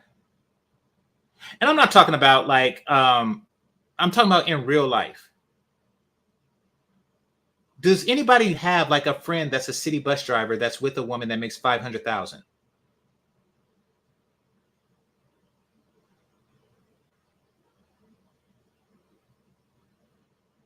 Yeah, exactly. So you said never would be intimidated by a woman's income and never will be. See, here's the thing. Here's what they don't tell you.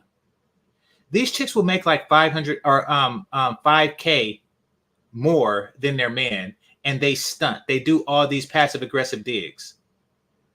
The dude gets sick of it, and then go to a counselor and say, yeah, he's insecure. It's like, no, you be making these snippy, smart ass comments every chance you get. You make 75, he makes 70, and you call him a broke ass nigga.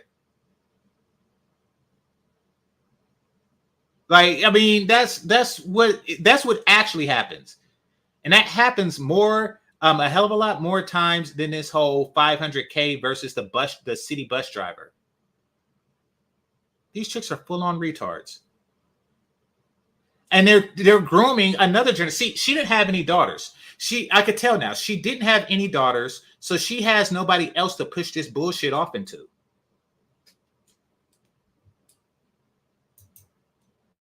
A year. Yep. Okay, let's just say 50,000. And with overtime, we can even give him 80,000. Okay, perfect. Okay, so how can she be open-minded to even date, because he's not, I hate to use the word, but not really on her level financially, right? So how can someone even be you see that? You think that those snide smart ass comments don't happen in a relationship? It's like the woman is walking around like, yeah, he is not on my level financially. And you think that he's not picking up on that. It's all his insecurity, even though she's walking around with that shit in her head. Guys don't even think about that, like when it's happening. But it's because of, oh yeah, he's not on her level. Like, listen, her level is a fucking single mom. And the level on the one on the right is a fucking single mom that's an ugly ass bitch.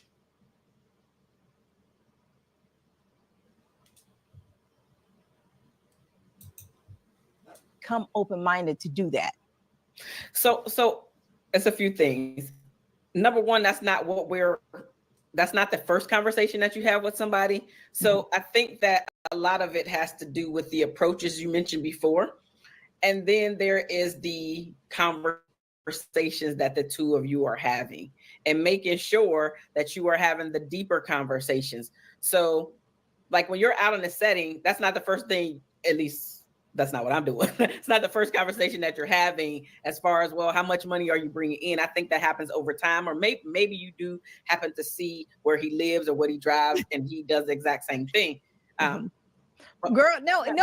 Let's say that your title, Marshawn, girl, you are CIO of a large corporation, and that's going to come out on the first date, right?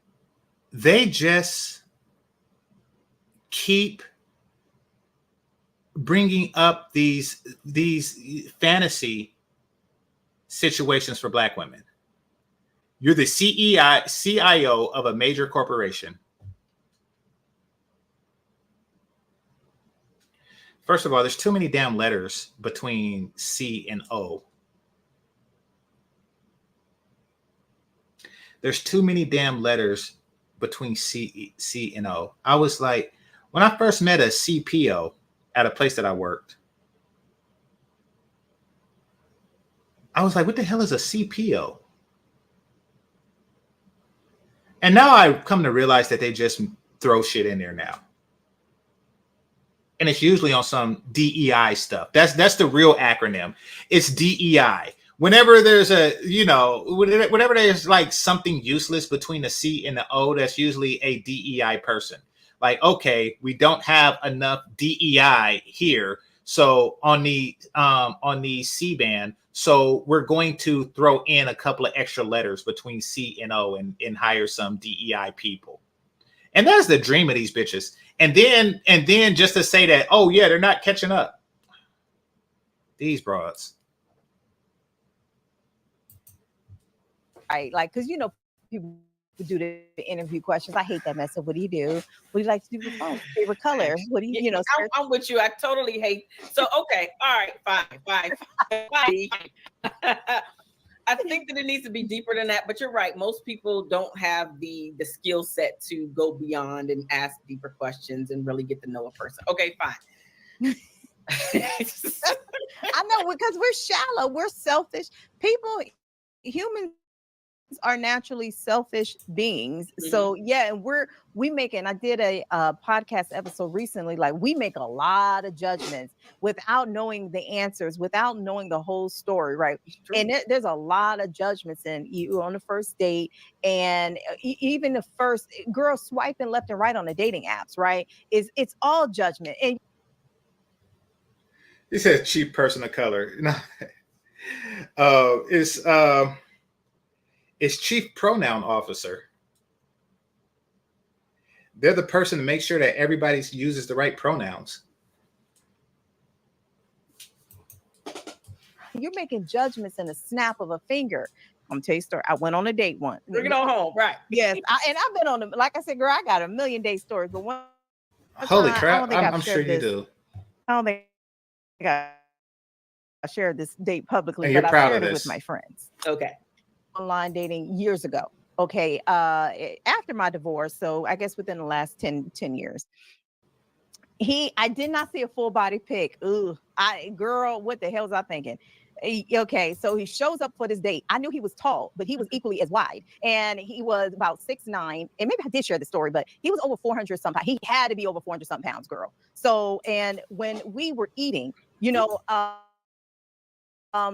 never seen the bottom of a soup bowl. Like, I was like, how the hell did he get that soup bowl so clean? Like, did he lick it? Like, I just was like, what happened? And then he said he was ordering a salad. And I was like, okay, he's eating salad. Okay. He's doing that. Then a dessert comes, and it was a big, hefty dessert. I thought we were going to share, but when the waitress came, he said, no, two. And I was like, two? Shit, we not splitting this dessert. He ate the whole thing, and it was big, and it was big bread pudding. But I had conversations with him so that I wouldn't try to make so many judgments, right? Okay. I'm like, what do you like to do for fun? He says, like, on a weekend, he'll order pizza and we can watch movies. And I just said, that I'm a very active woman. I was like, that ain't gonna fly with me. Then I'm sitting there eating my salad, chewing on the lettuce. And I just said, you know what? This man can't ride no roller coaster. Okay, so what she's essentially saying is that the guy was fat and she wasn't interested, and she's looking for other reasons to not seem shallow for not being interested in the guy. It's okay if you're not into big dudes. That's perfectly fine. Somebody said, what are your pronouns? I don't have pronouns. I didn't even know what a pronoun fucking was until this new generation of fucking ass clowns come along. This is a very confused generation. Everybody is so looking for, individuality, not realizing that they are doing the same thing to do it.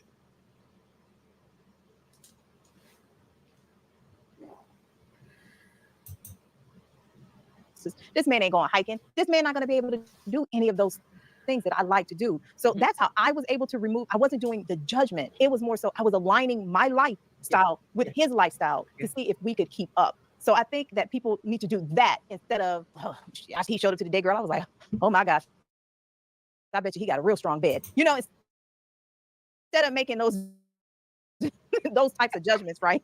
I looked at him very, to do. No, you didn't. You just pretended to.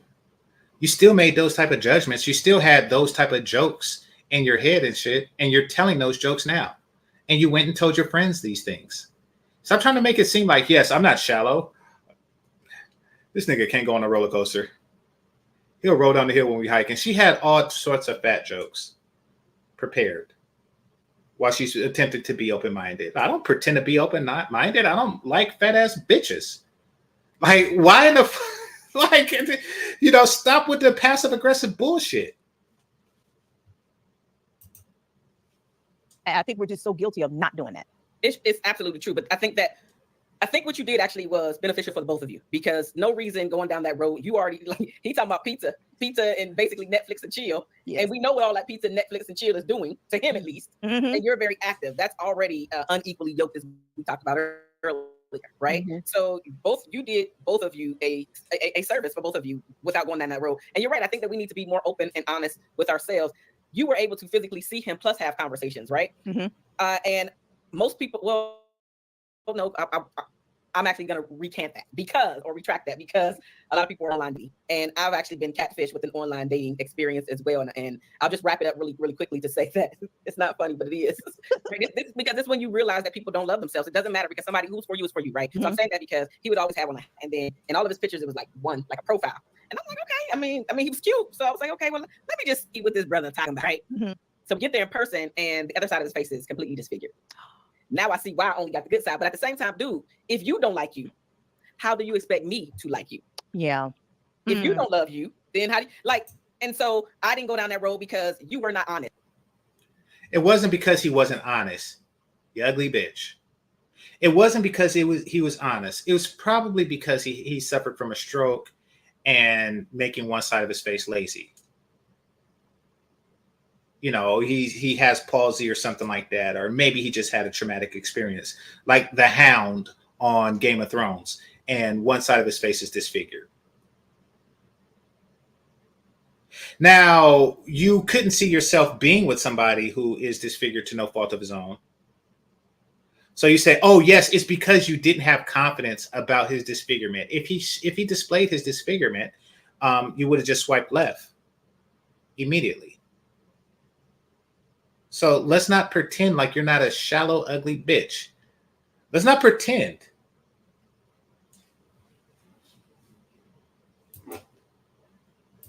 And so I can see where, like, oh, it's because of his confidence. Well, what about the ugly ass niggas that you swipe left on just by looking at their profile picture?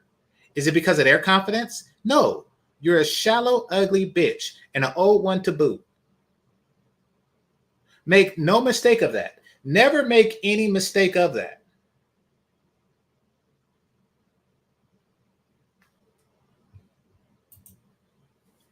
people are really upset when they get catfish, because again, to me, it's bigger than just that one moment. If you feel it, hide and cover up and somebody doing, you don't think I'm ever gonna see you? Like, then it's just like, I swear to you, I don't know why people do that. Like, why are you like? I will say, one of my clients, what he has told me, and I actually like what he said. He said that, you know, women want honesty. They'll put that on their profile.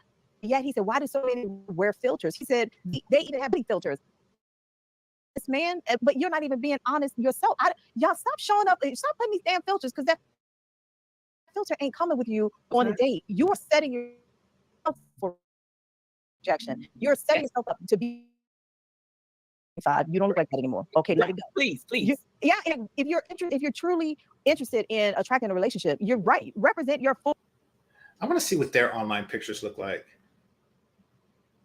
particularly the one on the right, because I'm pretty sure she has done some of the things that she is nodding her head to.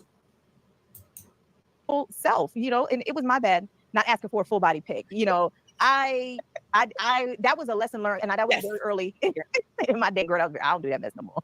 But that's how we really understand what's going on and try to figure out the next time around, because that was the exact same thing. If you only have 5 pictures and a hat, no, I want to see you without your hat. Because hat make you look real sexy, and then when you take it off, it's different. They call it hatfish, girl. They call it hatfish. Right. Ain't this a bitch? Okay, so all right. Let me know if it lags, because I'm getting all kind of bad signal things going on here. It's funny how they could pretend to not be shallow, but say, "Oh yeah, but worry about what's under a man's hat."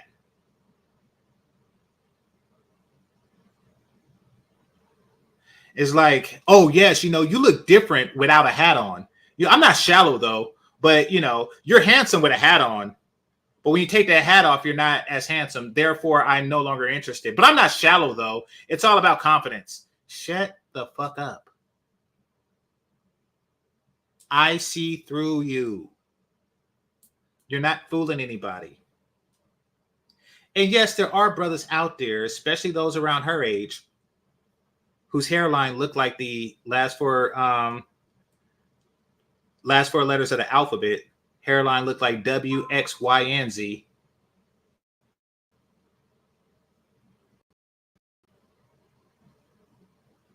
And that's just a sign of aging. Get over it. You've been ugly your whole fucking life.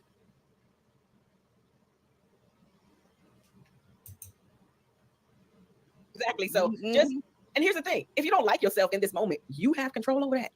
You can change it. You can do something about it. Maybe not the disfigurement of the guy that I'm talking about, but if it's weight, okay, you can do something about your weight. Let's be real. If it's your finances, you can do something about your. What have you done about your weight? You are not Grace Jones. Why is she talking like she is the epitome of health? Finances. If it's your car, you don't like, we can keep going down the list of all of the things that you have control over. And so you can't be mad if somebody is not attracted to you in that way because you lied. I know confidence is everything. How you feel about yourself. Confidence is not everything. Date. Period. It's going to be reflected back to you. So you dumb bitch. Confidence is not everything. Confidence is really nothing. You think that men are stupid enough to say, "Oh, she ugly as shit, but she confident"? Like maybe hood niggas, but the rank and file person in the universe is not thinking that way. They're not thinking like, "Oh man, she's so confident." You know, they actually are looking for substance because they're not idiots. But that's what you're hoping for. You're hoping that men overlook your faults because you hide them with confidence, because that's all you can do.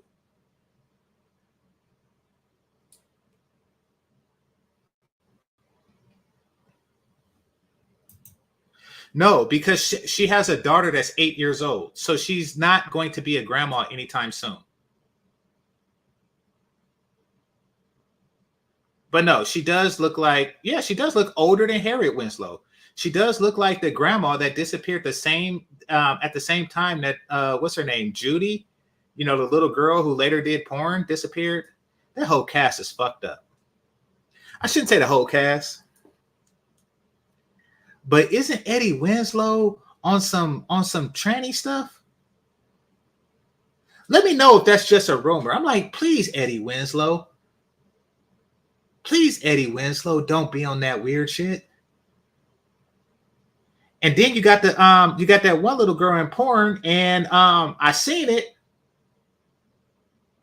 and she can fuck. She can fuck. I seen it out of curiosity. I think she had like blue or green fingernails on, and she got skills. You want to know who can't fuck? Lawrence Fishburne's daughter.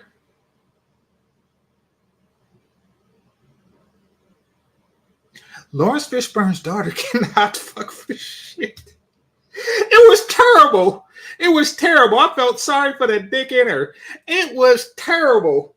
I was like, oh man, get this bitch off the screen and let me look at let me look at this Winslow girl. That was terrible. It was terrible.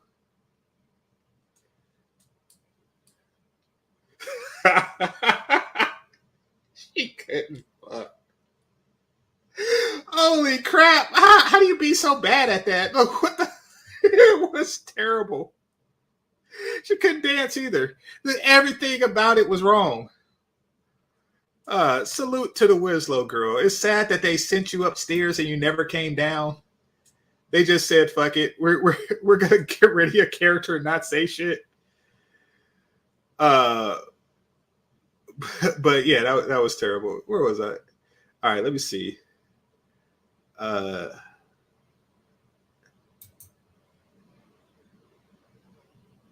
he not. He married a regular chick, didn't he? No, he just married a regular chick. Urkel pulling baddies, and yes, yeah, that nigga, you know. All right, while I play this video, I want you to answer a question. Who would win in a fist fight in their prime between Eddie Winslow and Theo Huxtable? While y'all do that, I'm gonna play the video. So it's important, like you said earlier, before you even start going out here to date, really pay attention and invest into yourself, but pay attention to how you feel about yourself. Because I promise you, you are a mirror. They're going to only reflect to you how you feel about yourself. Exactly why I start there. Because I honestly, I started helping people with their relationships before, and specifically Black women. But years ago, I actually used to coach men, but my sweet spot is my sisters. Anyway, the point is, we would talk about the relationship, and then I would find myself having to backtrack to her. Okay, so did you set some boundaries? Did y'all have the tough conversations? Did you? And I was just like, okay, so I got to backtrack and actually start with her because I thought you already did your work. So that was my bad for assuming. And so now we have to do your work. When we come together, we got to do your work before we can even think about the relational work. I'm a big believer in the manifesting, and Christianity, and people don't like to hear it, but I'm like, there's a lot of the principles, whether you be spiritual or practice Christianity, principles are the same, like how to have faith. Like, you gotta, in order to see it in the 3D or see it in your reality, they say pray about it and leave it alone, but it's the same thing with manifesting. You manifest, you visualize it and leave it alone. You have to have faith. You have to believe that it's coming, and you're only going to attract what you are, not what you want. And so that's a key principle in manifesting, right? So if you want more peace in your life, you have to be the peace. If you want more love,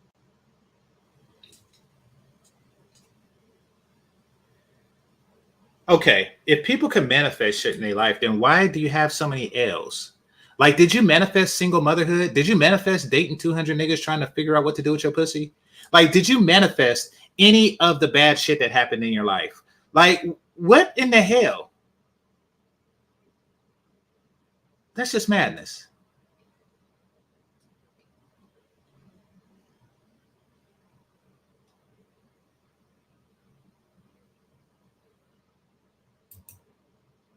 Love in your life, you have to bring the love and you have to love yourself. So I'm big into that.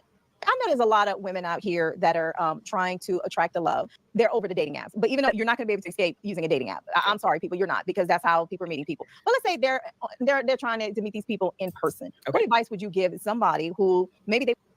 Exactly. I mean, I hate bullshit. And manifestation is bullshit. You know, like, do you think that the bus driver that you're talking shit about right now manifested the shit? Like, what the fuck? Okay, so some people are saying a tie, some people are saying Eddie Winslow. Eddie Winslow is a bigger dude, and they always showed him as an enforcer, so to speak. I remember one dude was dating Laura, and then, you know, he lied and said he hit it, or he let a rumor spread that he smashed, and then Eddie checked him on that. And I'm like, listen, you know, first of all, don't be lying on your dick. Period. That always ends bad. That always ends bad. Secondly, you know, that goes double if you are afraid to catch a fade from the older brother. It's not like you didn't know the nigga existed. It's not like you didn't know who he was and everything beforehand. I mean, you should have seen that shit coming. You're stupid.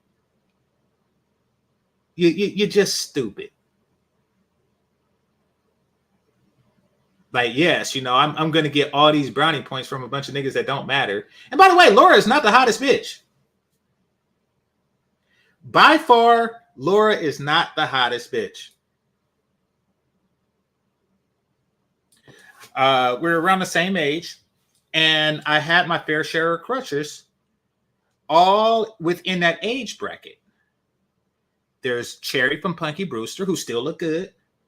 Rudy Huxtable, Tatiana Ali. Who else? Who else can get it? Rudy Huxtable, Tatiana Ali. Oh, Justine. Myra. Oh, God, Myra. And in real life, she was a pick me to boot. Myra, she was gonna marry Theo Huxtable, you know, and he would have been a lucky dude. That she was like perfect wife, everything. Man, Myra could get it. So of course she was on the fantasy list. Let me see. I know somebody like important that I'm. Oh, Lisa Turtle. Lisa Turtle was on it. Who else?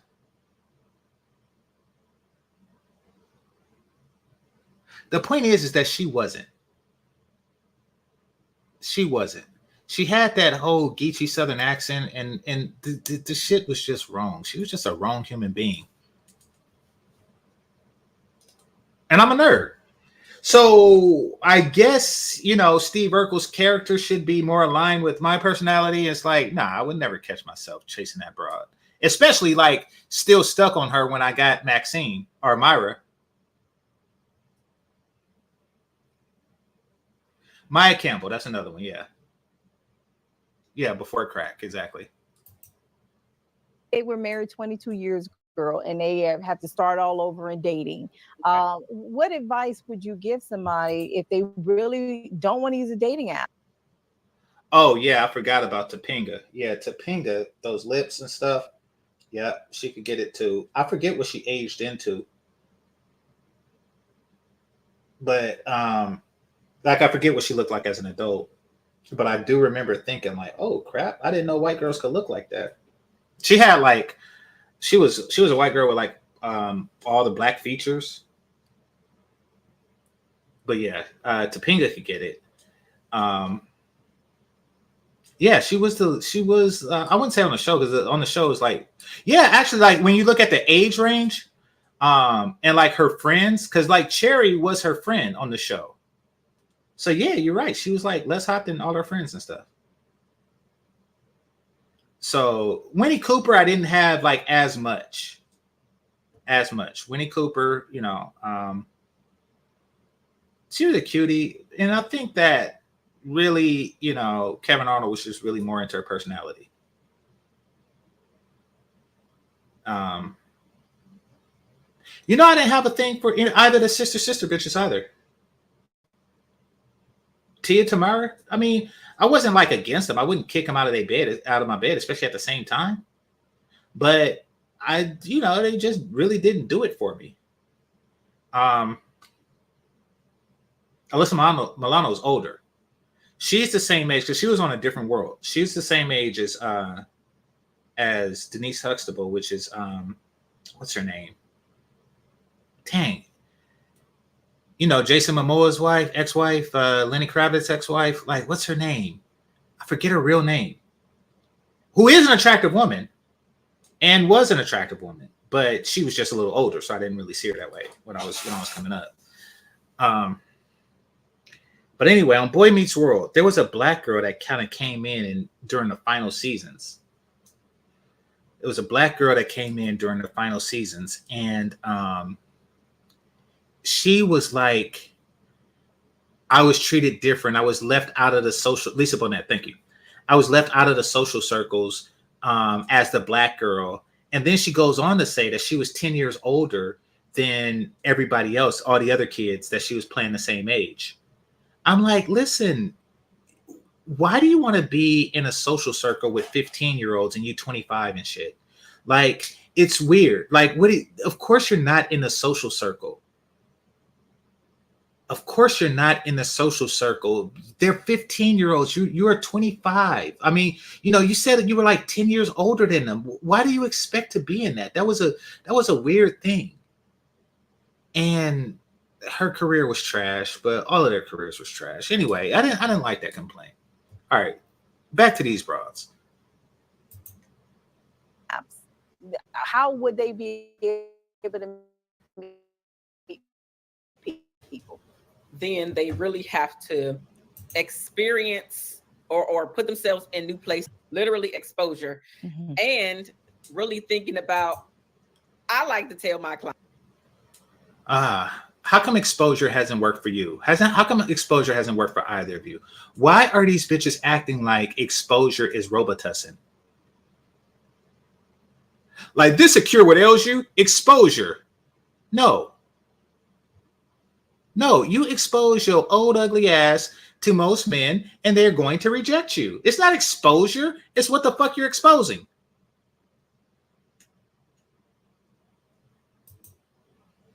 Client, go by yourself. Me too, girl. Go by yourself. But so many people are so scared to do this. And ladies, I love y'all. My black sister, I love y'all. All right, so here we go. Yeah, Marissa Tomei was on A Different World. She was on the first season, and then they hired a black woman because I seen a documentary on it. I think they replaced her with Freddie. So they hired like a black woman that went to Howard, which is what Hillman is based on, to make the show look more authentic. And she started doing stuff like putting hot sauce on the table and, having like actual Greek fraternity members in the background and stuff like that. So she did do a change up. And part of the change up was making it more black, getting rid of the token white girl in the form of Marissa Tomei. I actually didn't notice it. She wasn't like my favorite character. She was like, her niche was that she was a fast talking white girl, on the show. So yeah, that was her short-lived career on A Different World. I think she was only there for the first season. And keep in mind that Denise Huxtable also left the show too. That Lisa Bonet also left the show too around the same time. So I didn't really notice it. It was just a new school year and people that were there before weren't there now. And Cree Summers could get it. Cree Summers can get it. She's older too, but she can definitely get it. And she did not hit the wall for a long time. And like through every year of a different world, she just got hotter. Like it was just something about that chick. And I know Jasmine Guy was supposed to be like the it girl of the show, but I have to give it to Cree Summers. Jasmine Guy was also older than the rest of the girls. She was like in her 30s. Because I seen her recently and I thought that she hit the wall soon. But really she was just a young looking woman in her 30s. So she didn't hit the wall for a long time. So fun fact about her. Who's also an attractive woman. I'm just saying that, you know, if given the two, I'd take Cree Summers in her prime.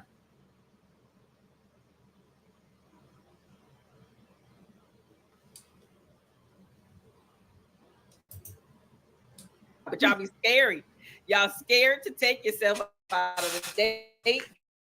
You're scared because you think everybody looking at you and nobody's really paying you attention. Don't nobody give a damn about y'all. No, not like you think they do. They might look over like, oh, she by herself eating their stuff. Like, oh, she by herself. But moving on with their life. So exposure, new experiences, putting yourself out there. And let's be real. The people that you have in your life, you don't know who they know. And I'm saying that because have you even told the people in your life that you are open and ready to date? Mm-hmm. Do you? That's what I'm forgetting. I knew I was forgetting somebody I had a crush on. Tootie from Facts of Life, who's played by Kim Fields, who it was later revealed that she's older than me. And by a significant margin, but I was watching Facts of Life in syndication thinking it was new. So, yeah, Tootie from Facts of Life. Remember she had the skates and stuff? Yeah. So her, and also, and there's another one who's older, but I didn't know it because I was watching the syndication. Janet Jackson. I would watch in the same day her. First of all, I would watch her on a music video.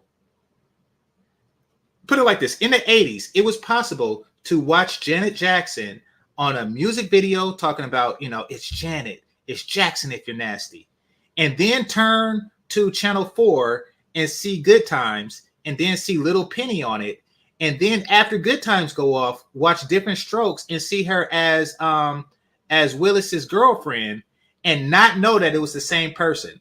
I kid you not. It was exactly like that. So I had a crush on Penny, thinking that she was my age, not knowing that this was Janet Jackson, a whole grown woman, you know, in lingerie singing music videos. That was wild. That was wild. So yeah, Janet Jackson was the same.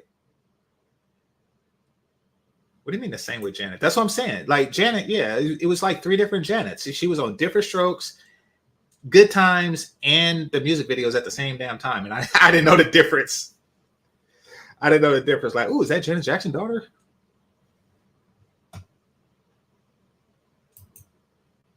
Your circle even know. And if your circle knows, right? Okay, I'm open. But so they not just sending you anytime they can hear you. That's not what we do. But That's give right. them some criteria so they understand what's going on. So those are my 2 top things that absolutely is going to make a difference. Exposure to new things and telling at the very least, your trusted circle of friends. Oh no, but you had 3 things. Ever notice somebody say,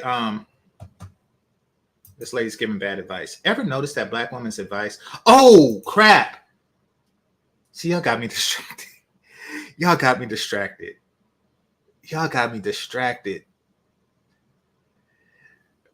21 Jump Street. Yeah, I think that was the only reason why I watched the damn show. She was smoking. She was like, damn. And she did not hit the wall for a long time. and she stuck with her husband for a salute to her. Wow, I forgot about that. Yeah, it was just like ridiculous. Oh man, I had to go to the bathroom after watching 21 Jump Street. Like, man, that she was like ridiculous. I remember one episode and it stuck with me for obvious reasons. So for those of you who don't know, because you're not old as hell, 21 Jump Street was a show about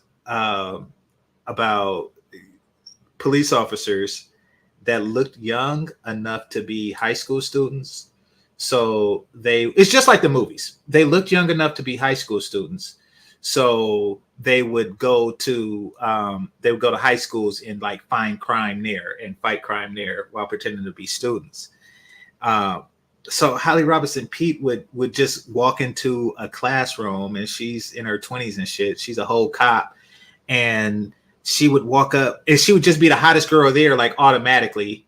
And then automatically all the other girls would be jealous, you know. And one episode, she was like, one girl who used to be the hottest until Holly Robinson Pete walked into the classroom. She was like, who are you? She said, I'm new. You must be old. I was dying. I was like, dang. That's her whole life. She just walked in rooms being the hottest there is. Same as Stacey Dash. She would just walk into rooms being the hottest chick there all the damn time. All the damn time. I forgot what I was about to say about with this process. Let me go back. So.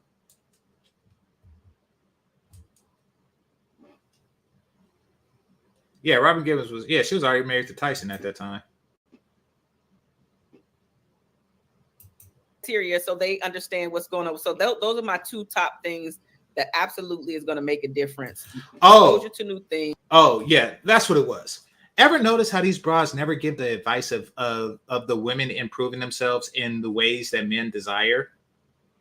Ever notice that? Ever notice that these dating coaches never talk about improving the bitch? Ever. They never teach Black women that they have to improve in ... areas. They never do that, fucking ever.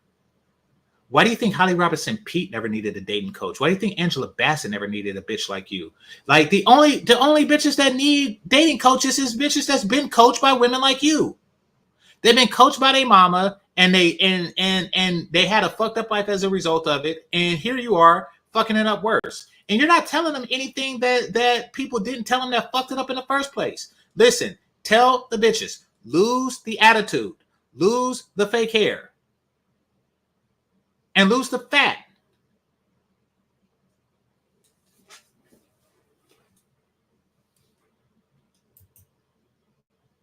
And telling at the very least, your trusted circle of friends. Oh no, but you had three things: the going out by yourself. Oh, right. Sorry. Yes. Yeah, that might have been a bonus for sure. But I'm a huge proponent in that. Like, here's the cold part.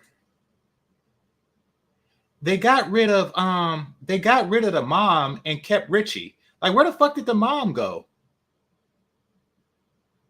I mean, they wanted to be cute. I get it. He's a little boy that dances, you know, so he appealed to the cheek pinching crowd. But they just didn't have any explanation. His mama just fucking disappeared.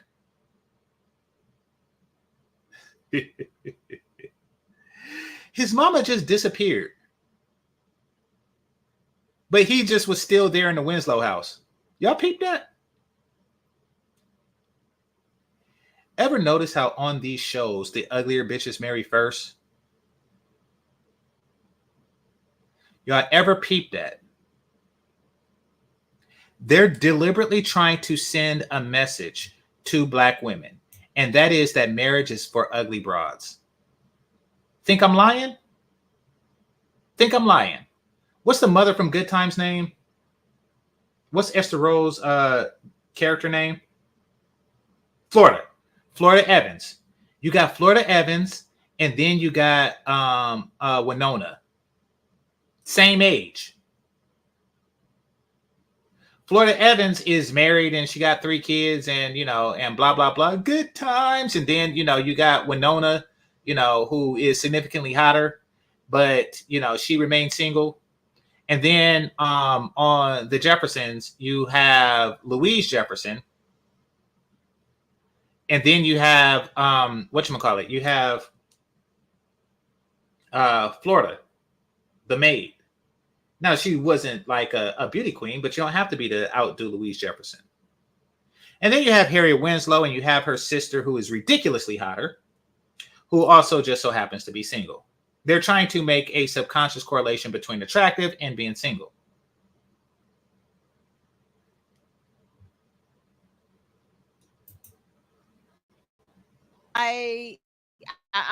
Yes, go by yourself, travel by yourself as well. Stop waiting to live your life on waiting for other people. Okay, get on out here and live your life because your life is passing you by. Yeah, you're gonna just be waiting and waiting, and yes, go out here and start doing the things that you love to do, because that's an attractive energy. One thing that I did, because I have a coach, and I've been working with her for over 5 years, and I love her. She and I did years ago. Okay, what are some of the new things that you want to try? Right? Like you said, new experiences, right? Get out here, make the list. I have all my clients, make the list. I want you to go out here and do new things. Try new things. Stop doing the same old, because you're just going to see the same old. And especially if you're determined to get off the dating app, you're not going to meet anybody new doing the same thing. There's truth in that. I mean, but they're not really covering what they should be focusing on, that is improving the individual. So when you do meet somebody, you are the highest quality product to that person. Because we're creatures of habits. Yes, You've got to do something different. Yes. Right. So we're not trying to be insane, right? And the definition, doing the same thing over and over again. Over and over and over again. You're not gonna get different results. You got to do something different, baby. You do. That is very, very true. So then, I'm gonna just finish, because we can probably talk forever. And I'm gonna ask my last question, because if we're talking about Black women, now this might be a loaded question, Marshawn. Okay. So I'm just asking. Okay. Do you think that Black women have a harder time with balancing their masculine and feminine energy? And if so, why? Simple answer is yes. Why do you even have masculine energy? And why in the fuck are you trying to balance it with feminine energy? Like, shouldn't you allow the feminine energy to override the masculine energy? Like, when something is balanced, it's the same. Like, if you put something on the scale, right? On one side of the scale is lead, and on the other side of the scale is copper. But you balance it so the more copper will weigh as much as the lead. That's how you balance something. You make it the same amount. Why in the fuck do you want to have the same amount of masculinity as femininity? That's what fucks you up in the first place. Like, your focus should be getting rid of the masculinity, but you're stupid. Like, yeah, I want to be masculine, but I want it in balance. These broads. Long answer is because of so many challenges that have been thrown our way. So a few of them, of course, we know that we have the slave mentality. We also broads like this try to pee standing up half the time. Like, how do I balance my masculinity with my femininity? Like, so they just stand up to take a piss half the time.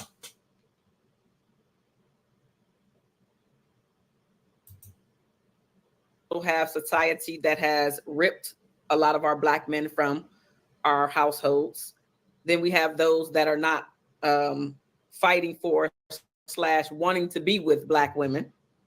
And then we have the gay population as well. So each time gets smaller and smaller.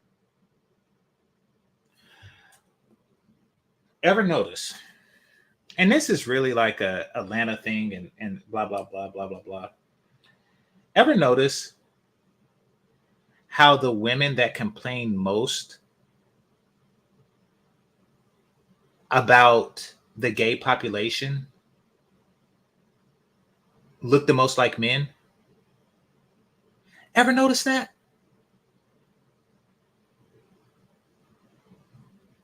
Ever notice that? Listen, I'm not going to pretend to know how a closeted gay man thinks. However, I will say that it makes sense that they would go after a woman that looks like a man. Like they would find the most masculine looking men and behaving man, or excuse me, woman that they can find. So it's easier for them to pretend like it's a man. I would assume that that's the case. So I think that the reason why you are getting more than your fair share of closeted homosexuals is because you look like a dude in drag. So it makes the transition for them easier. Once again, I don't know what goes on in these niggas' minds. I don't. But just like those women, those feminine looking women who are with like a woman that is very masculine presenting, these women are obviously straight, but for whatever reason, you know, because they still yearn for a man, but they look for it in a woman because they want to be with a man, but they don't want a man to be with them, so they get with these type of women. Like, I mean, come on now, they're getting with you because you have a balance of masculinity and femininity, apparently, which is all out of whack. But no, they try to make it seem like, listen, it's very few natural gay people in the world. It really is. And I know that there are, because of this generation is fuck, thanks to Obama, that there are a lot of social homosexuals. But the truth of the matter is that few people are naturally that way.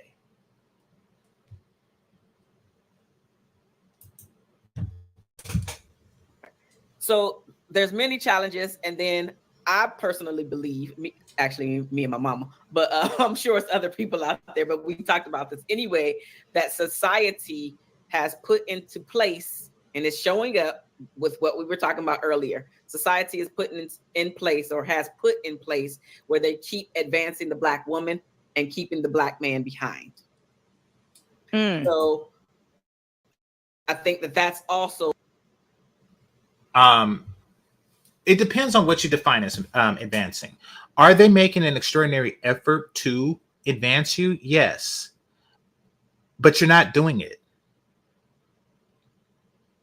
You have squandered more opportunity than any other ethnogender group that has ever existed in this country. And that's because every time they give you something to do it, you use it to try to leverage your men. You see, an Asian woman, let's just start there. An Asian woman, if getting welfare, she would use it to have a family. Like, think about how welfare can be used. Let's start there. Think about how Section 8 can be used.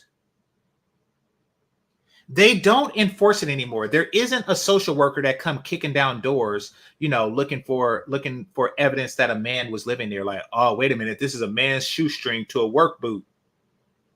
You know, those days are long gone. Which means that a young girl can actually have a boyfriend and have kids on the government's dime. And by the time those kids are 10 years old, he could have graduated from medical school. And with the money they saved on Section 8, they would already have a house. There is so many ways. They are doing everything they can to get these families, but no, they don't want to. Because they take the provisions and they say what no other group is saying, and that is, I don't need a man. See, these government assistance can be used as a tool to create better families, but instead it's used as a weapon against the men. And that's why you guys are constantly behind. That's why you are constantly in last place. Constantly.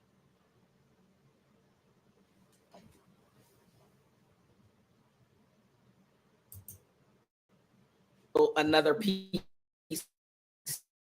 to the puzzle as well. Us not being open to dating outside, or the majority, I should say, because I actually live in San Diego, and I see a lot of interracial on both sides, mainly the Black men, but I am seeing a lot more Black women dating outside of the race as well. So being open to it. Another thing, and like I said, just keep continuously putting yourself out there, because if you're walking around with all of this junk up here and carrying around all of this heavy weight, you're not attracting anybody anyway, at least not the right type of people, because wrong kind of weight. Okay, it's like she knows, or she wants me to make fun of her and Black women. She just said, if you're walking around with all kind of junk up here and weight down here, it's like, and she's not talking about fake hair and fat. She's actually talking about, when she says junk up here, she's not talking about fake hair. When she says weight down here, she's not talking about fat. Are you kidding me? It's like the answer is right in front of you and you don't see it.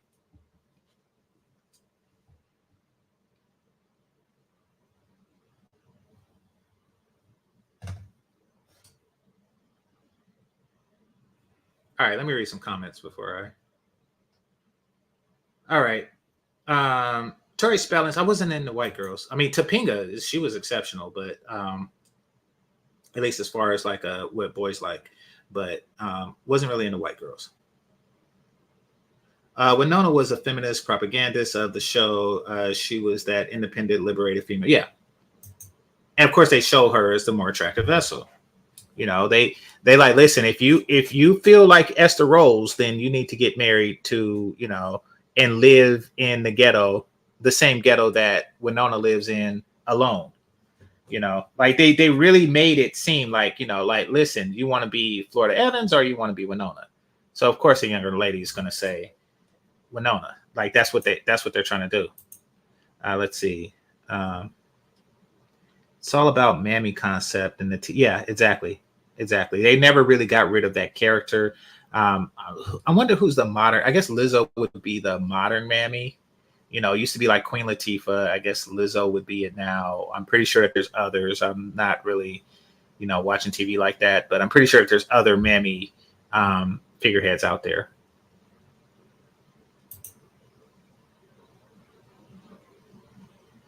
Both of them are dating coaches.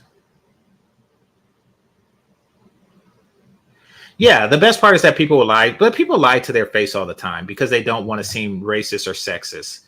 So they've just been getting lied to by society, and then they try to like if anybody ever try to tell them the truth, they'll just call that person racist or sexist. Like if a white person was to tell this chick, like, listen, you're ugly as shit, you say, oh yeah, he's racist. Or if a Black guy was to say, it's like, oh, he's colorist. Like they I mean, it doesn't really help. I mean, it's not like people can't tell them the truth, or they probably even do, but they don't listen. They just say that the person has some type of inherent bias. They can't give up. They don't need a man attitude. Well, no, because it gives them leverage. Like if they can convince all other women that they don't need a man, men will have fewer choices and they would have to get with them. That's their mating strategy. Let's see. You have the big, black, and ugly single mother. What's happening? The Parkers, et cetera. Yeah, exactly. I will say that what's happening did have a better take on that because, the unattractive women were either single or single mothers. Well, both of them are single. And Roger did later marry an attractive woman. So, there is that. There are exceptions. RIP from household. They called police to get Black men on child support. Exactly. So what I'm saying is other communities, they come here to start families and then they're only in the hood for one generation. They're only in the hood for enough time for them to actually either get a few promotions or raise a son who can get them out of the hood by becoming like, you know, raising their son to be a doctor or something. But they don't stay there indefinitely. That's why, you know, in places like Oakland, you'll see some Asians come to the hood, but then within a generation, they're not in that hood anymore. While Black people stay in the hood until it's gentrified.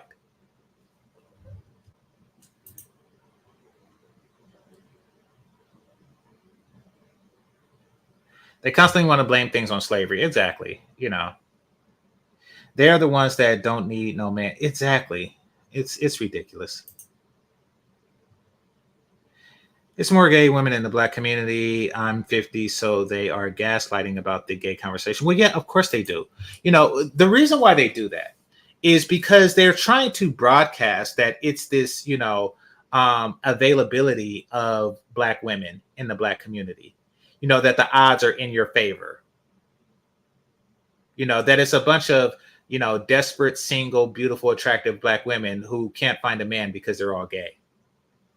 And that can't be further from the truth. I mean, you know, like, it's not. That too, nerd guy. Okay, so you got some that's saying the nerd guy. Yeah.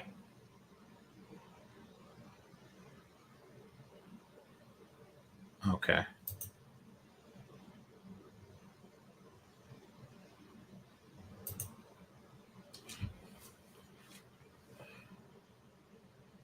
As for my people, children are their oppressors and women rule over them. Isaiah 3:12. Let's see. Brothers, they love this punk ass advantage they got in the court system in college. Well, they look at it culturally, they look at it as an advantage, you know, because they look at the men as the ops. This concept alone is going to forbid them from making healthy families. That and that alone. Put it like this, because a lot of these jobs that they get from you know, like affirmative action, et cetera, et cetera, et cetera, a lot of those jobs are through referral. That's how they make sure, because, you know, the government can't really just openly say we're hiring only Black women. What they can say is, hey, you one token Black woman, I want you to be in charge of looking for in hiring for this position, knowing that she's going to hire another Black woman. But also knowing that they won't hire Black men.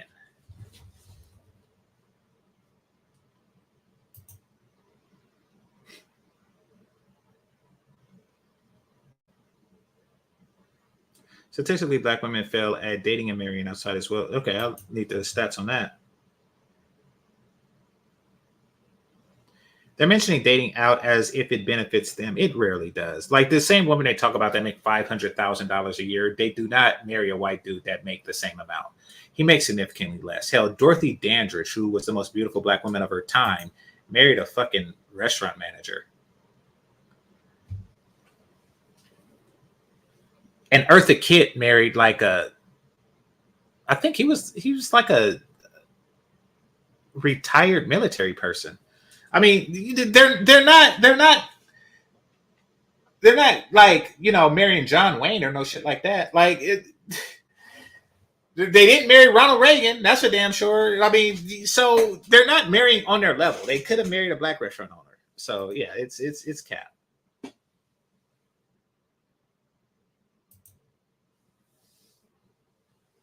No, I already said that earlier.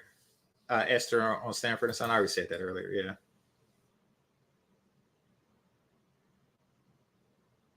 I wouldn't doubt that.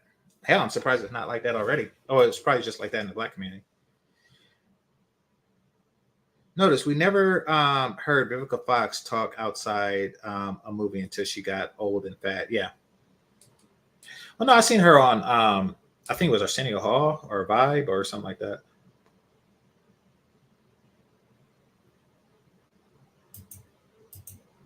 Yeah, she is begging for anyone to pay her attention.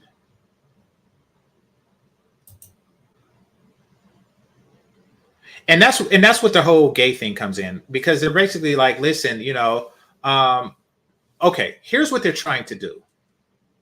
They're trying to attract.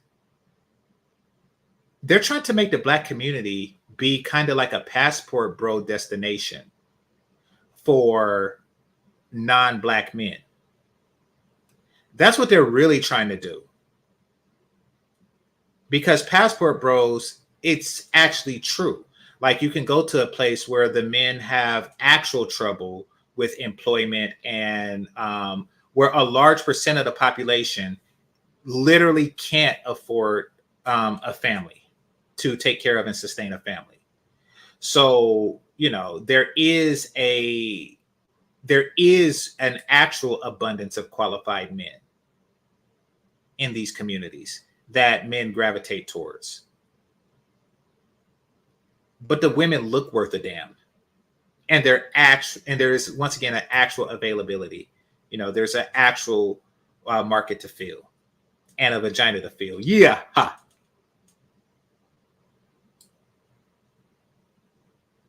But this is based in illusion.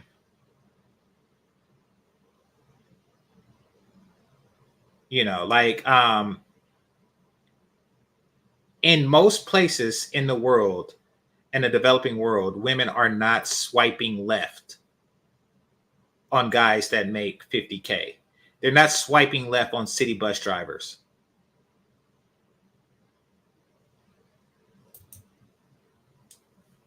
They have the privilege to do that.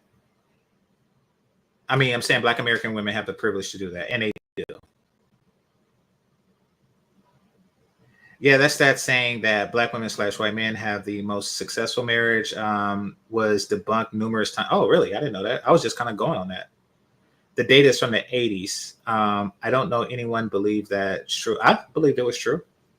So yeah, if you could present me with the counter data, I'll discuss that. Diane Carroll was a side chick of Sidney Poitier. He had a lot of famous side chicks, apparently, because apparently Eartha Kitt was too.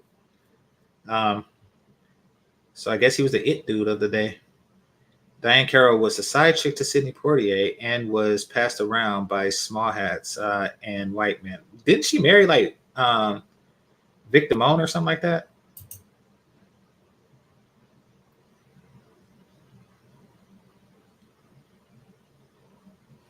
Are you thinking of Diana Ross? Especially since Black women are the most divorced demographic. Okay. That's how Black actors and actresses keep in the legitimate by passing around. Wait, by being passed around by small hat. Okay. All right, let's continue. Your life is messed up, effed up, whatever. Mm-hmm. Because nobody like me. Ain't nobody gonna date me. You right. You know what? You right. You believe that? You right. So you got all of this depressive energy, but you want this high energy, fine, sexy Black man to come and do all this. Whatever it is that you asking, be willing to do. And become exactly who you are trying to attract. Mm-hmm. That, and yes, and I become exactly who you're trying to attract. Aren't you trying to attract a man with a big dick? You're saying that women should walk around with big dicks? What the fuck? This is her advice as a dating coach.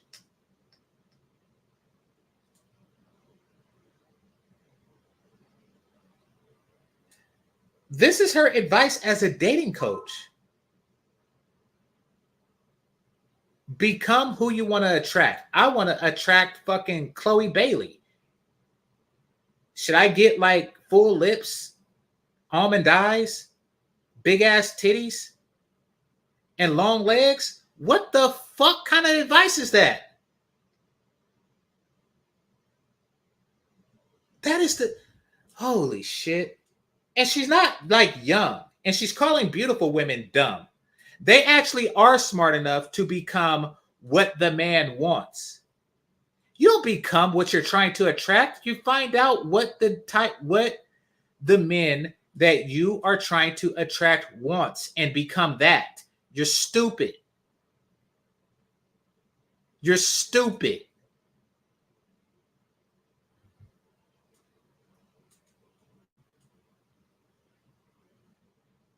Dumb bitches listen to her.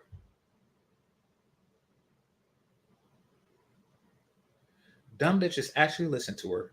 Become what you're trying to attract.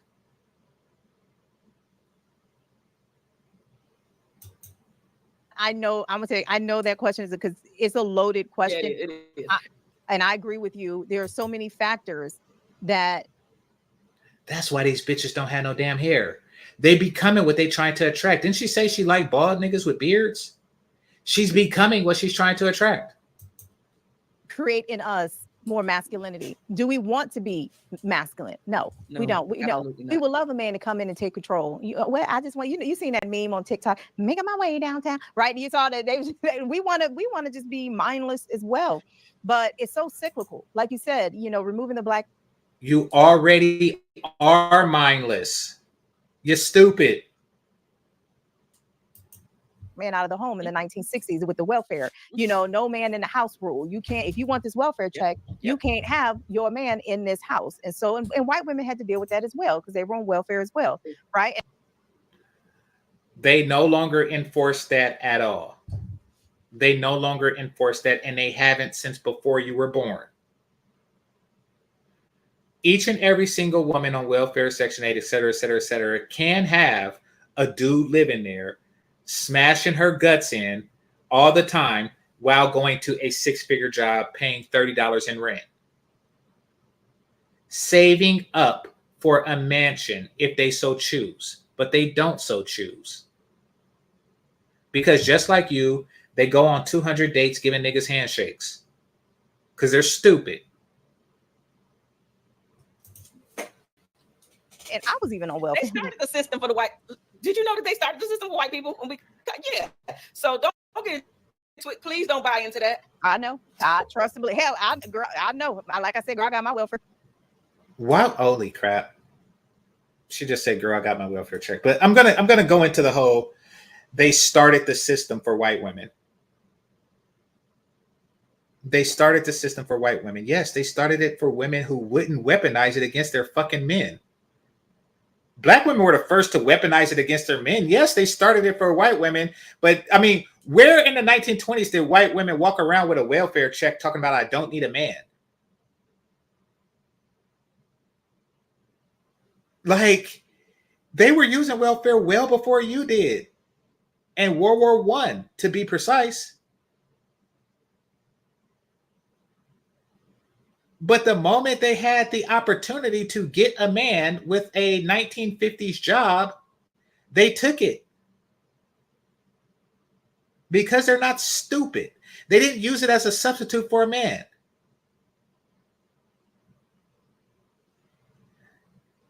They got rid of the welfare check, got a man with a job, and then hired you to wash the toilets. That's what they did. And by the way, while you were scrubbing the toilets, you still were saying, I don't need a man because you're stupid. Checks too. When I was in college, I had a baby in college. Yep. Yep, she sure did. And she's just a laughing. That shit's funny. That shit's funny. In college, on welfare, picking up a check. Embarrassing. I used to be like, this is my food stamp section. Yeah, they don't know nothing about colorful money. I know about the colorful food stamps. That's why I'm laughing. Girl, and then I had the next section. I don't know what's going on with the one on the right. Because she says she has an 8-year-old daughter. She has an 8-year-old daughter. I'm trying to see if I understand this. Because like 8 years ago, I know for a fact that they didn't have food stamps anymore. they had EBT, which is a card. It's like a credit card, but with food stamps on it. Holy crap. Quick story. There was this chick I wanted to smash, right? I got her number. But you know how back in the day you had a 2-day rule? Those of you who are around my age had you didn't call a girl immediately after, you waited a couple of days.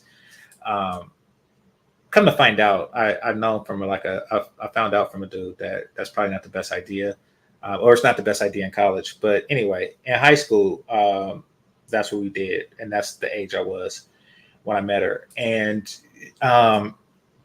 but within those 2 days, I seen her again at the grocery store, and she was behind me in line, and she was getting some ice cream. And it's not really polite to just let her come in front of me and the other people. So I said, give me the ice cream and give me the money, and I'll buy it for you, right? This bitch gave me food stamps. And I looked like, because we weren't on welfare, I looked like, oh crap, you know what that was an awkward situation. I don't remember how I got out of it. I don't know if I gave her the stamps back and paid for the ice cream myself or what. But I remember that being an awkward situation. So quick story. My wick items, and these are what I'm paying with my little bitty cash, these paper towels and toilet paper. Okay, I was like, shoot, you ain't nobody. I had rice. I had roaches and mice. So Ooh. trust and believe. I understand. You know, Yes. thank God for growth. And I was in Yes, college amen. and I struggled then. Mhm. But I do firmly believe like it's cyclical. But you know, there's something that we can do about that. And I'm passionate about teaching Black women, white women, Asian women. But I know it's a higher number of us that deal with the masculine energy. And if more Black men and white men and whomever man can fully understand that we're not trying to be more masculine. And maybe that's why you go to, you know, other races. And that's fine. I'm biracial myself. I'm Chinese and Black. Okay. You just said that you're not trying to be more masculine, but you're trying to balance your masculinity with femininity. And you have your friend here who's telling women to become the man that you want. You are trying to be more masculine. You're stupid. Yes, you need to find out the man that you like and become him.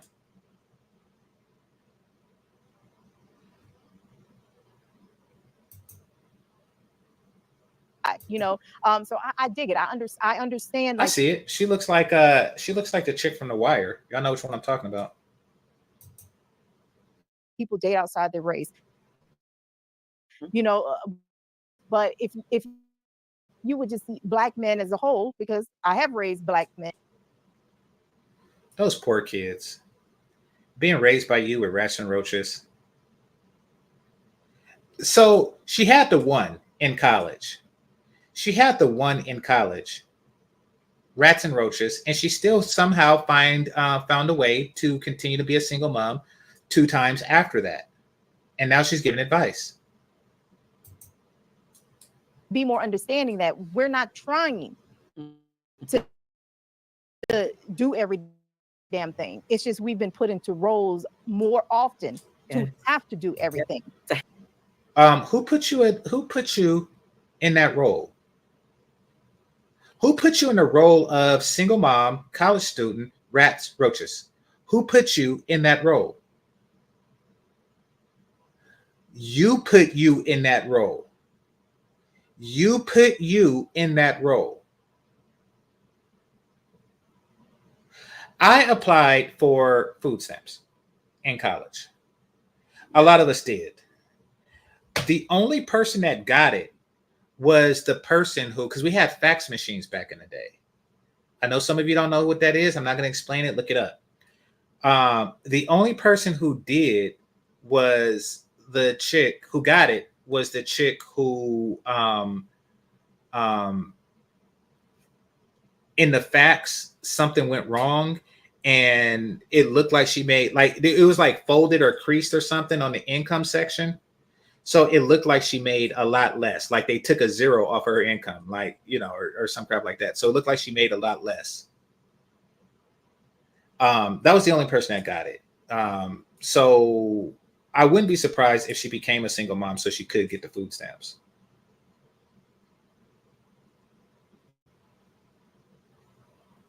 And now she's blaming. I was put in that situation. No, you weren't. You put yourself in it. To have to. Yes. What we would love is it, right? You know, a man who's a strong leader and a man who's patient and kind. Yes, we do love nice men. Why do men think we don't love nice men? Yes, the hell we do. Yeah, okay. Right. Okay, so if you love nice men, you had about 30 adult years to find one. No, you like it now that you are a grandma and shit. Right. Yes, the healthy women do love nice healthy men. Amen. Yes. Healthy. Yes. Healthy is key. You're not fucking healthy. You're not fucking healthy. Like it took you till you got this age to start liking nice men. Talking about how healthy you are. You are 40. You are damn near 50. You don't have a healthy uterus. You don't have fucking healthy ovaries. You don't have a healthy reproductive system.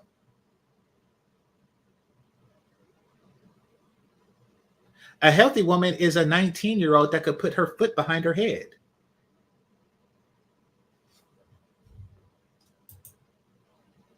There's definitely ways to help you to lower that masculine energy so that you can attract a masculine man.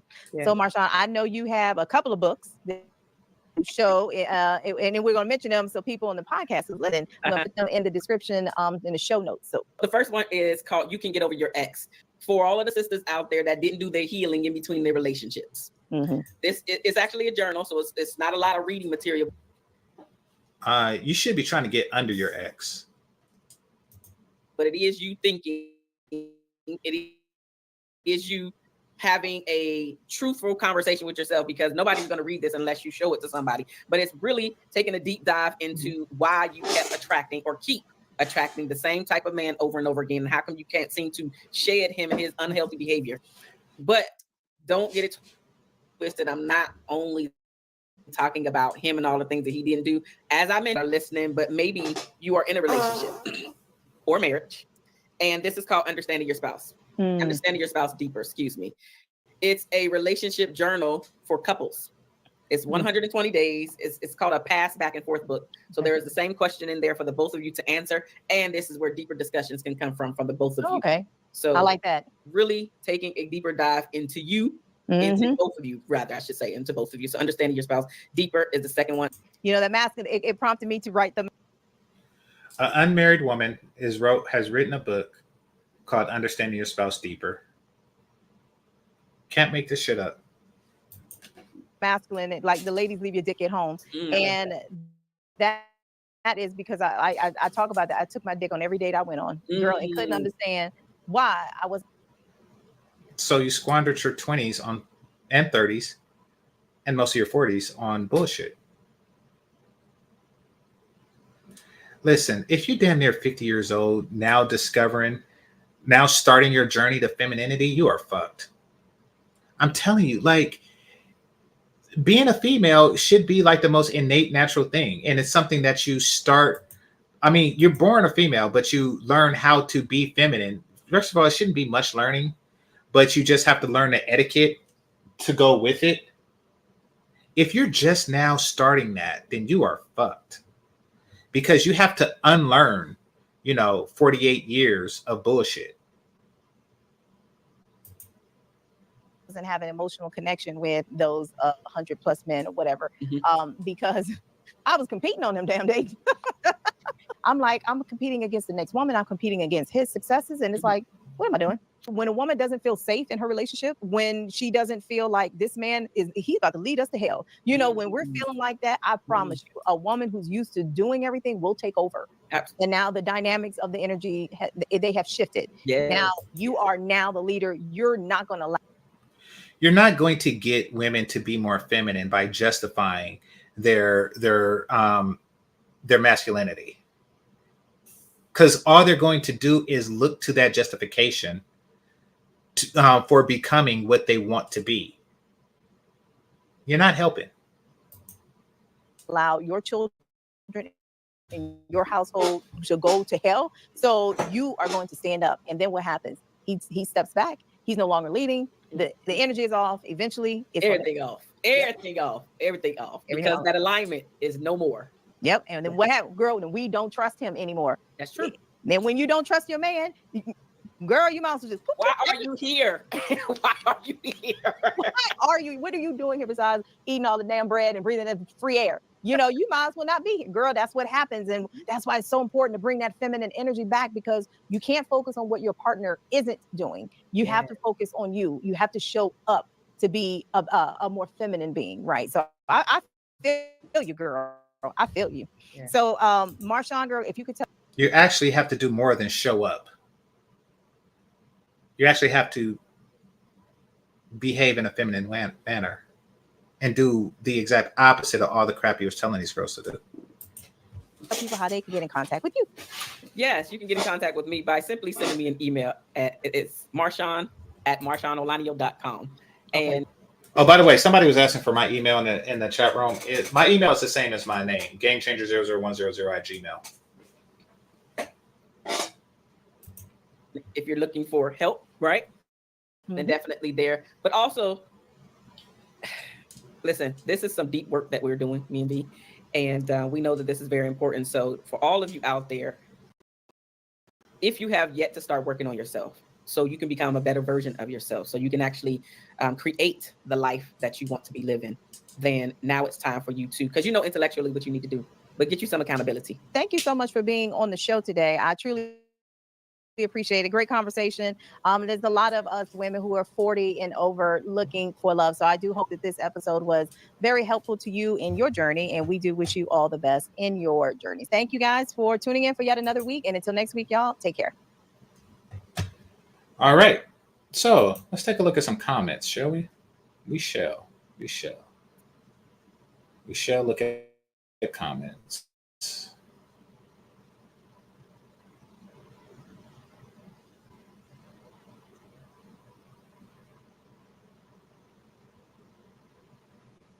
Oh, wait a minute. What's this? Okay. Over 68% of Black women are single. And she put it out in capital letters. Over 68% of Black women are single. Why? What can you do about it? Are Black women more masculine than other women? Okay. Why? Watch and find out. We want to help both men and women bridge the gap in their relationships. Why? Because we need each other. Oh, so now all of a sudden you need, okay. Why do y'all need us the most when we need you the least? You didn't need us when you was like in college in the rat and roach apartment, living off the government's teat. You didn't feel a need back then, but now all of a sudden, you know, after your titties sag 6 inches, there's a need. And after your ovaries look like the day after Easter, now all of a sudden there's a need. Okay. I'm a certified, who in the hell gave you a certificate? Like, there isn't like a valid certificate for something. It's just some shit that you print online and put in a frame your damn self. It's not an actual thing. I'm a certified relationship coach with over 15 years experience. Wait a minute. You've been relationship coaching for 15 years? Which means that you were coaching while you was going around on the 200 dates shaking niggas' hands. With over 15 years experience, who helps the mature man and woman remove the blocks that prevent them from attracting healthy relationship. These blocks often include experiencing narcissistic love. Oh my gosh. Black women use the word narcissist like Smurf say Smurf. They just use that word to describe everything and everybody but themselves. It's ridiculous. All right. It says attachment styles and communication issues, feminine and masculine imbalance, and dating after divorce. Okay.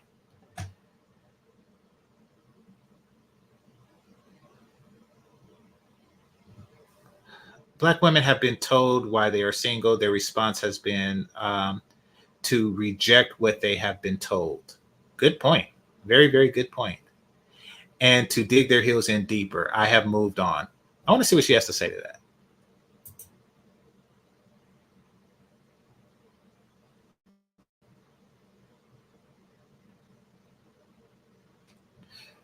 I coach men and women, white and black, heck, African, Middle Eastern, European. We all have issues. Trust me on that one. All right. So her response to that was everybody else does it. But notice how she spent this entire show talking about the problems that are unique to black women. I don't see why anything needs to be done about single black women. Black men have been told for years how worthless they are, and all men heard you. We are strong, independent, and don't need a man. As men, we heard you loud and clear. We are either outside or remaining single. If you as a group were better at honestly asking what a man truly wants, they're never going to do that. Just like Kamala Harris isn't going to do that either. You know, like they want to get black men to vote based on sister, queen, mother type crap. Anyway, then you would be more successful. I don't see that happening. Maybe it's best that you're all single, because if you were as desirable as you say you are, you would have to ask, you wouldn't have to ask men for help finding the men that you want. Okay. I've actually read this and I responded to it, but let's see what her response is.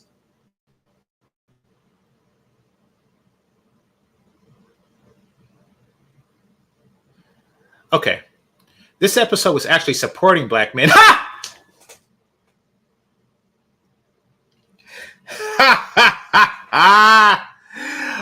This is their most supportive. This is as supportive as they get. Just going around saying that you ain't shit. We're out educating you and how to tolerate an inferior man who's not actually inferior.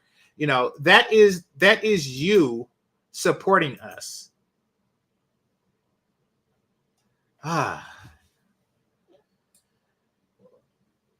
Okay, where was I?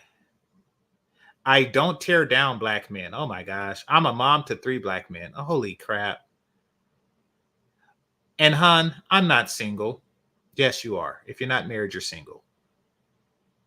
My goal is to bridge the gap in our relationships. I love black men. Crap.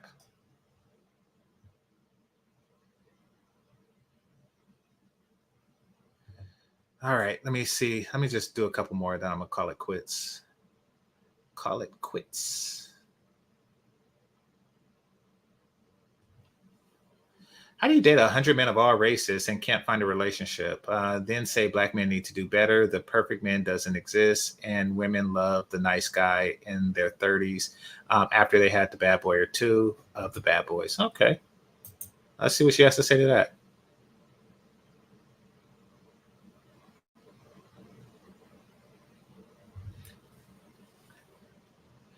Easy. Heck, I went on a couple hundred dates and I had issues. LOL. Avoiding attachment style. I admit. Okay. It shouldn't take hundreds of days to realize those issues. I admit in a few of my videos, once I got professional help, whom I still meet with every week for over 5 years. So why don't the people, instead of foreseeing you, see the person that's helping you? I've been in a relationship ever since. We all have demons. We all have demons that we dealt with. No one is perfect, but we can get the help we need. Yeah, from someone more qualified, in my opinion. Blind leading the blind. Instead of taking advice from people who are successful in love themselves, you take advice from divorced single mothers. Ooh, she is brutal. She is brutal. Listen to the aunts and the uncles who were successful in love, and next time just interview a guy, let him tell you what he wants, what men really wants. Dang, she is telling it like it is. Let's see what her response is. Sorry you feel that way. There are a lot of unhappy people in relation. Oh my gosh. Why is she talking about unhappy people in relationships while trying to get people in relationships? Why are you, that's like being a job coach. You know, you're trying to get people jobs and then talking about how unhappy people are in jobs. So basically, she's just saying that there are unhappy people in relationships to disqualify people in relationships for from teaching and coaching and being relationship coaches. So, but she's disqualifying relationships in doing this. Okay, let me break this down because I'm using the word relationships a lot, but I can't really do it without it. Basically, she's saying that people in relationships might not be qualified relationship coaches because some people are unhappy in relationships. Now, a single person is qualified to be a relationship coach because we can teach you how to get in a relationship where you might be unhappy. It's not making sense. She's stupid. There are a lot of unhappy people in relationships. Being in a relationship just for the sake of saying, at least I'm not single, which is what you're doing. You did say to the last guy that you're not single, is a piss poor excuse. I coach these people who are absolutely miserable in their marriages. The goal is to stay connected, but heck, a relationship takes two people, not one. I don't teach people to stay together just because the optics look, wait, oh my gosh. Oh my gosh. So you're also, so in addition to being a relationship coach, you're also an anti-relationship coach. I can't make this shit up. I teach people to find internal peace within themselves. That's not a relationship. Being peaceful within yourself is not a relationship. It's the antithesis of relationship. If you're just relating to yourself, these broads are freaking nuts.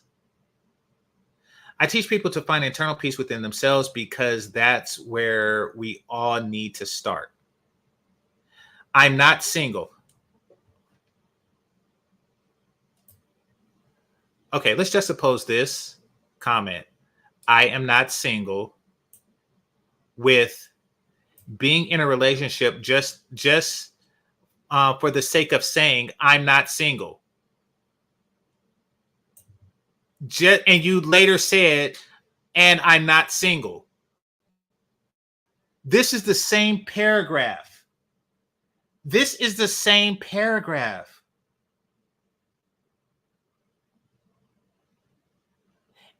Shit like this is why educations don't mean crap anymore.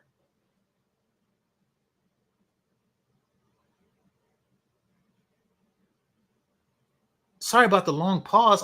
But my jaw was literally dropped. Like, being in a relationship just for the sake of saying, at least I'm not single, is a piss poor excuse. And I'm not single. Where in the fuck do I find these people? Or how do they find me? She came up on my feed. You know what it is? I click on one crazy and I do a show about it, and then it just piles up. Sheesh. Check my other videos. I clearly spelled that out. Nobody's checking out the videos. Please research before you judge two strangers who simply were trying to help other women. I hope your day gets better. Her day is perfect. Like, I mean, she is a much wiser woman than you. Somebody says, how long have you been happily married? And it says, blind leading the blind is a good way to put it. Yeah. Yeah, it does seem like her comments, like the people who watch her videos aren't really going for what she's selling. All right, let's see what this truth person is.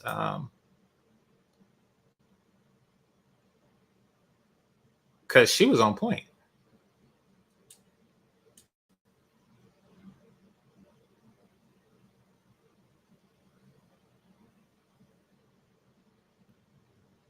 All right, let's see. 28 subscribers. Okay, so she talked about the epic fail of Bounce That Ass Bounce. Black Pete in the Netherlands. I don't know who this is. Okay. Okay, so, oh, she's probably not even American. Yeah.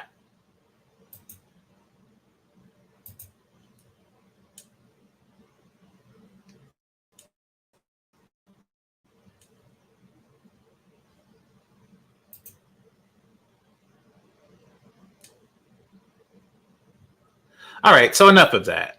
Enough of that. It's clear to see what's going on. The chat room is not feeling what she's talking about, and she's just making a constant fool of herself. She's just making a constant fool of herself. She's obviously not too bright. She's constantly getting outsmarted by the more informed generations that precedes her, while she tries to give advice to those who are wiser. Never date anyone with these green flags. Okay. Real dating advice. Learn. Why is she using the fact that she had over 200 failed dates as a qualifier?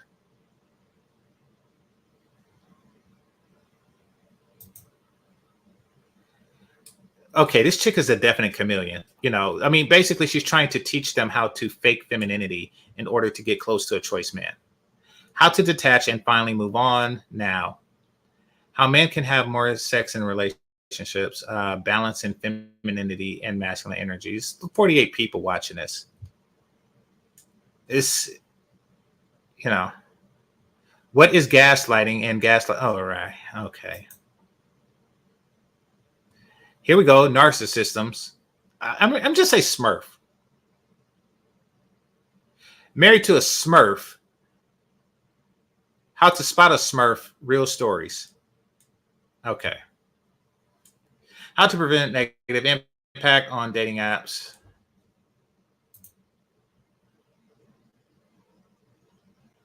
Why you're still single and what to do about it, but you're still single. 40s, 50s, and 60s, discovering freedom, solo travel. Holy crap. She's one of those chicks that go places to have a Jamaican rub her thighs just to say that she's living her best life. All right, enough of this foolishness. Enough of this foolishness. Let me read some comments. She's creating miserable people who she counsels. Exactly. It's like those financial planners that keep people broke so they could keep financially planning for them.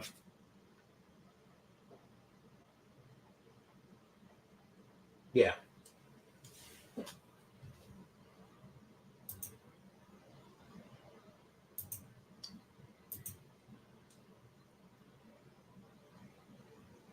Wait, she counted the dates that she'd been on. Yeah. Well, I mean, to think about, like, she would have to go on a date with a different guy every weekend for 4 years to get to 200. How annoying is this broad? It's like getting job advice from somebody that's been on 200 interviews and just now got an internship. Like, that's what this is the equivalent to.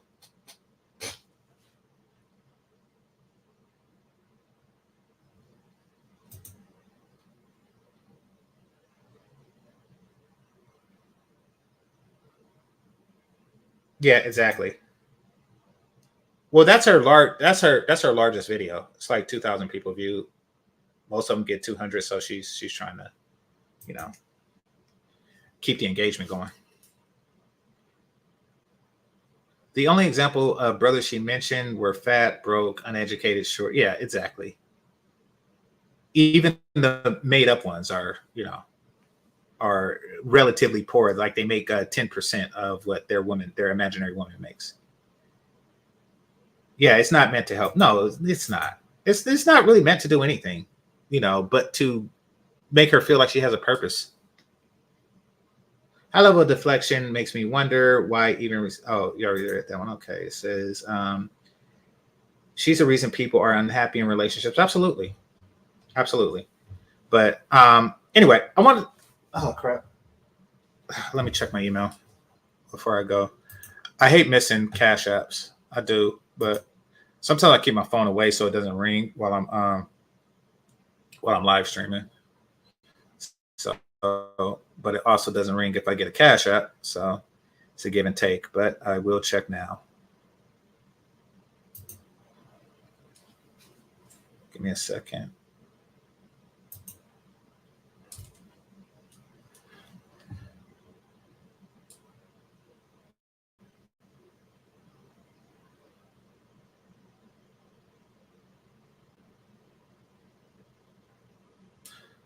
Okay, so I want to thank all the super chats. I want to thank the managers and moderators and the members, those who are listening silently and those who participate in the chat.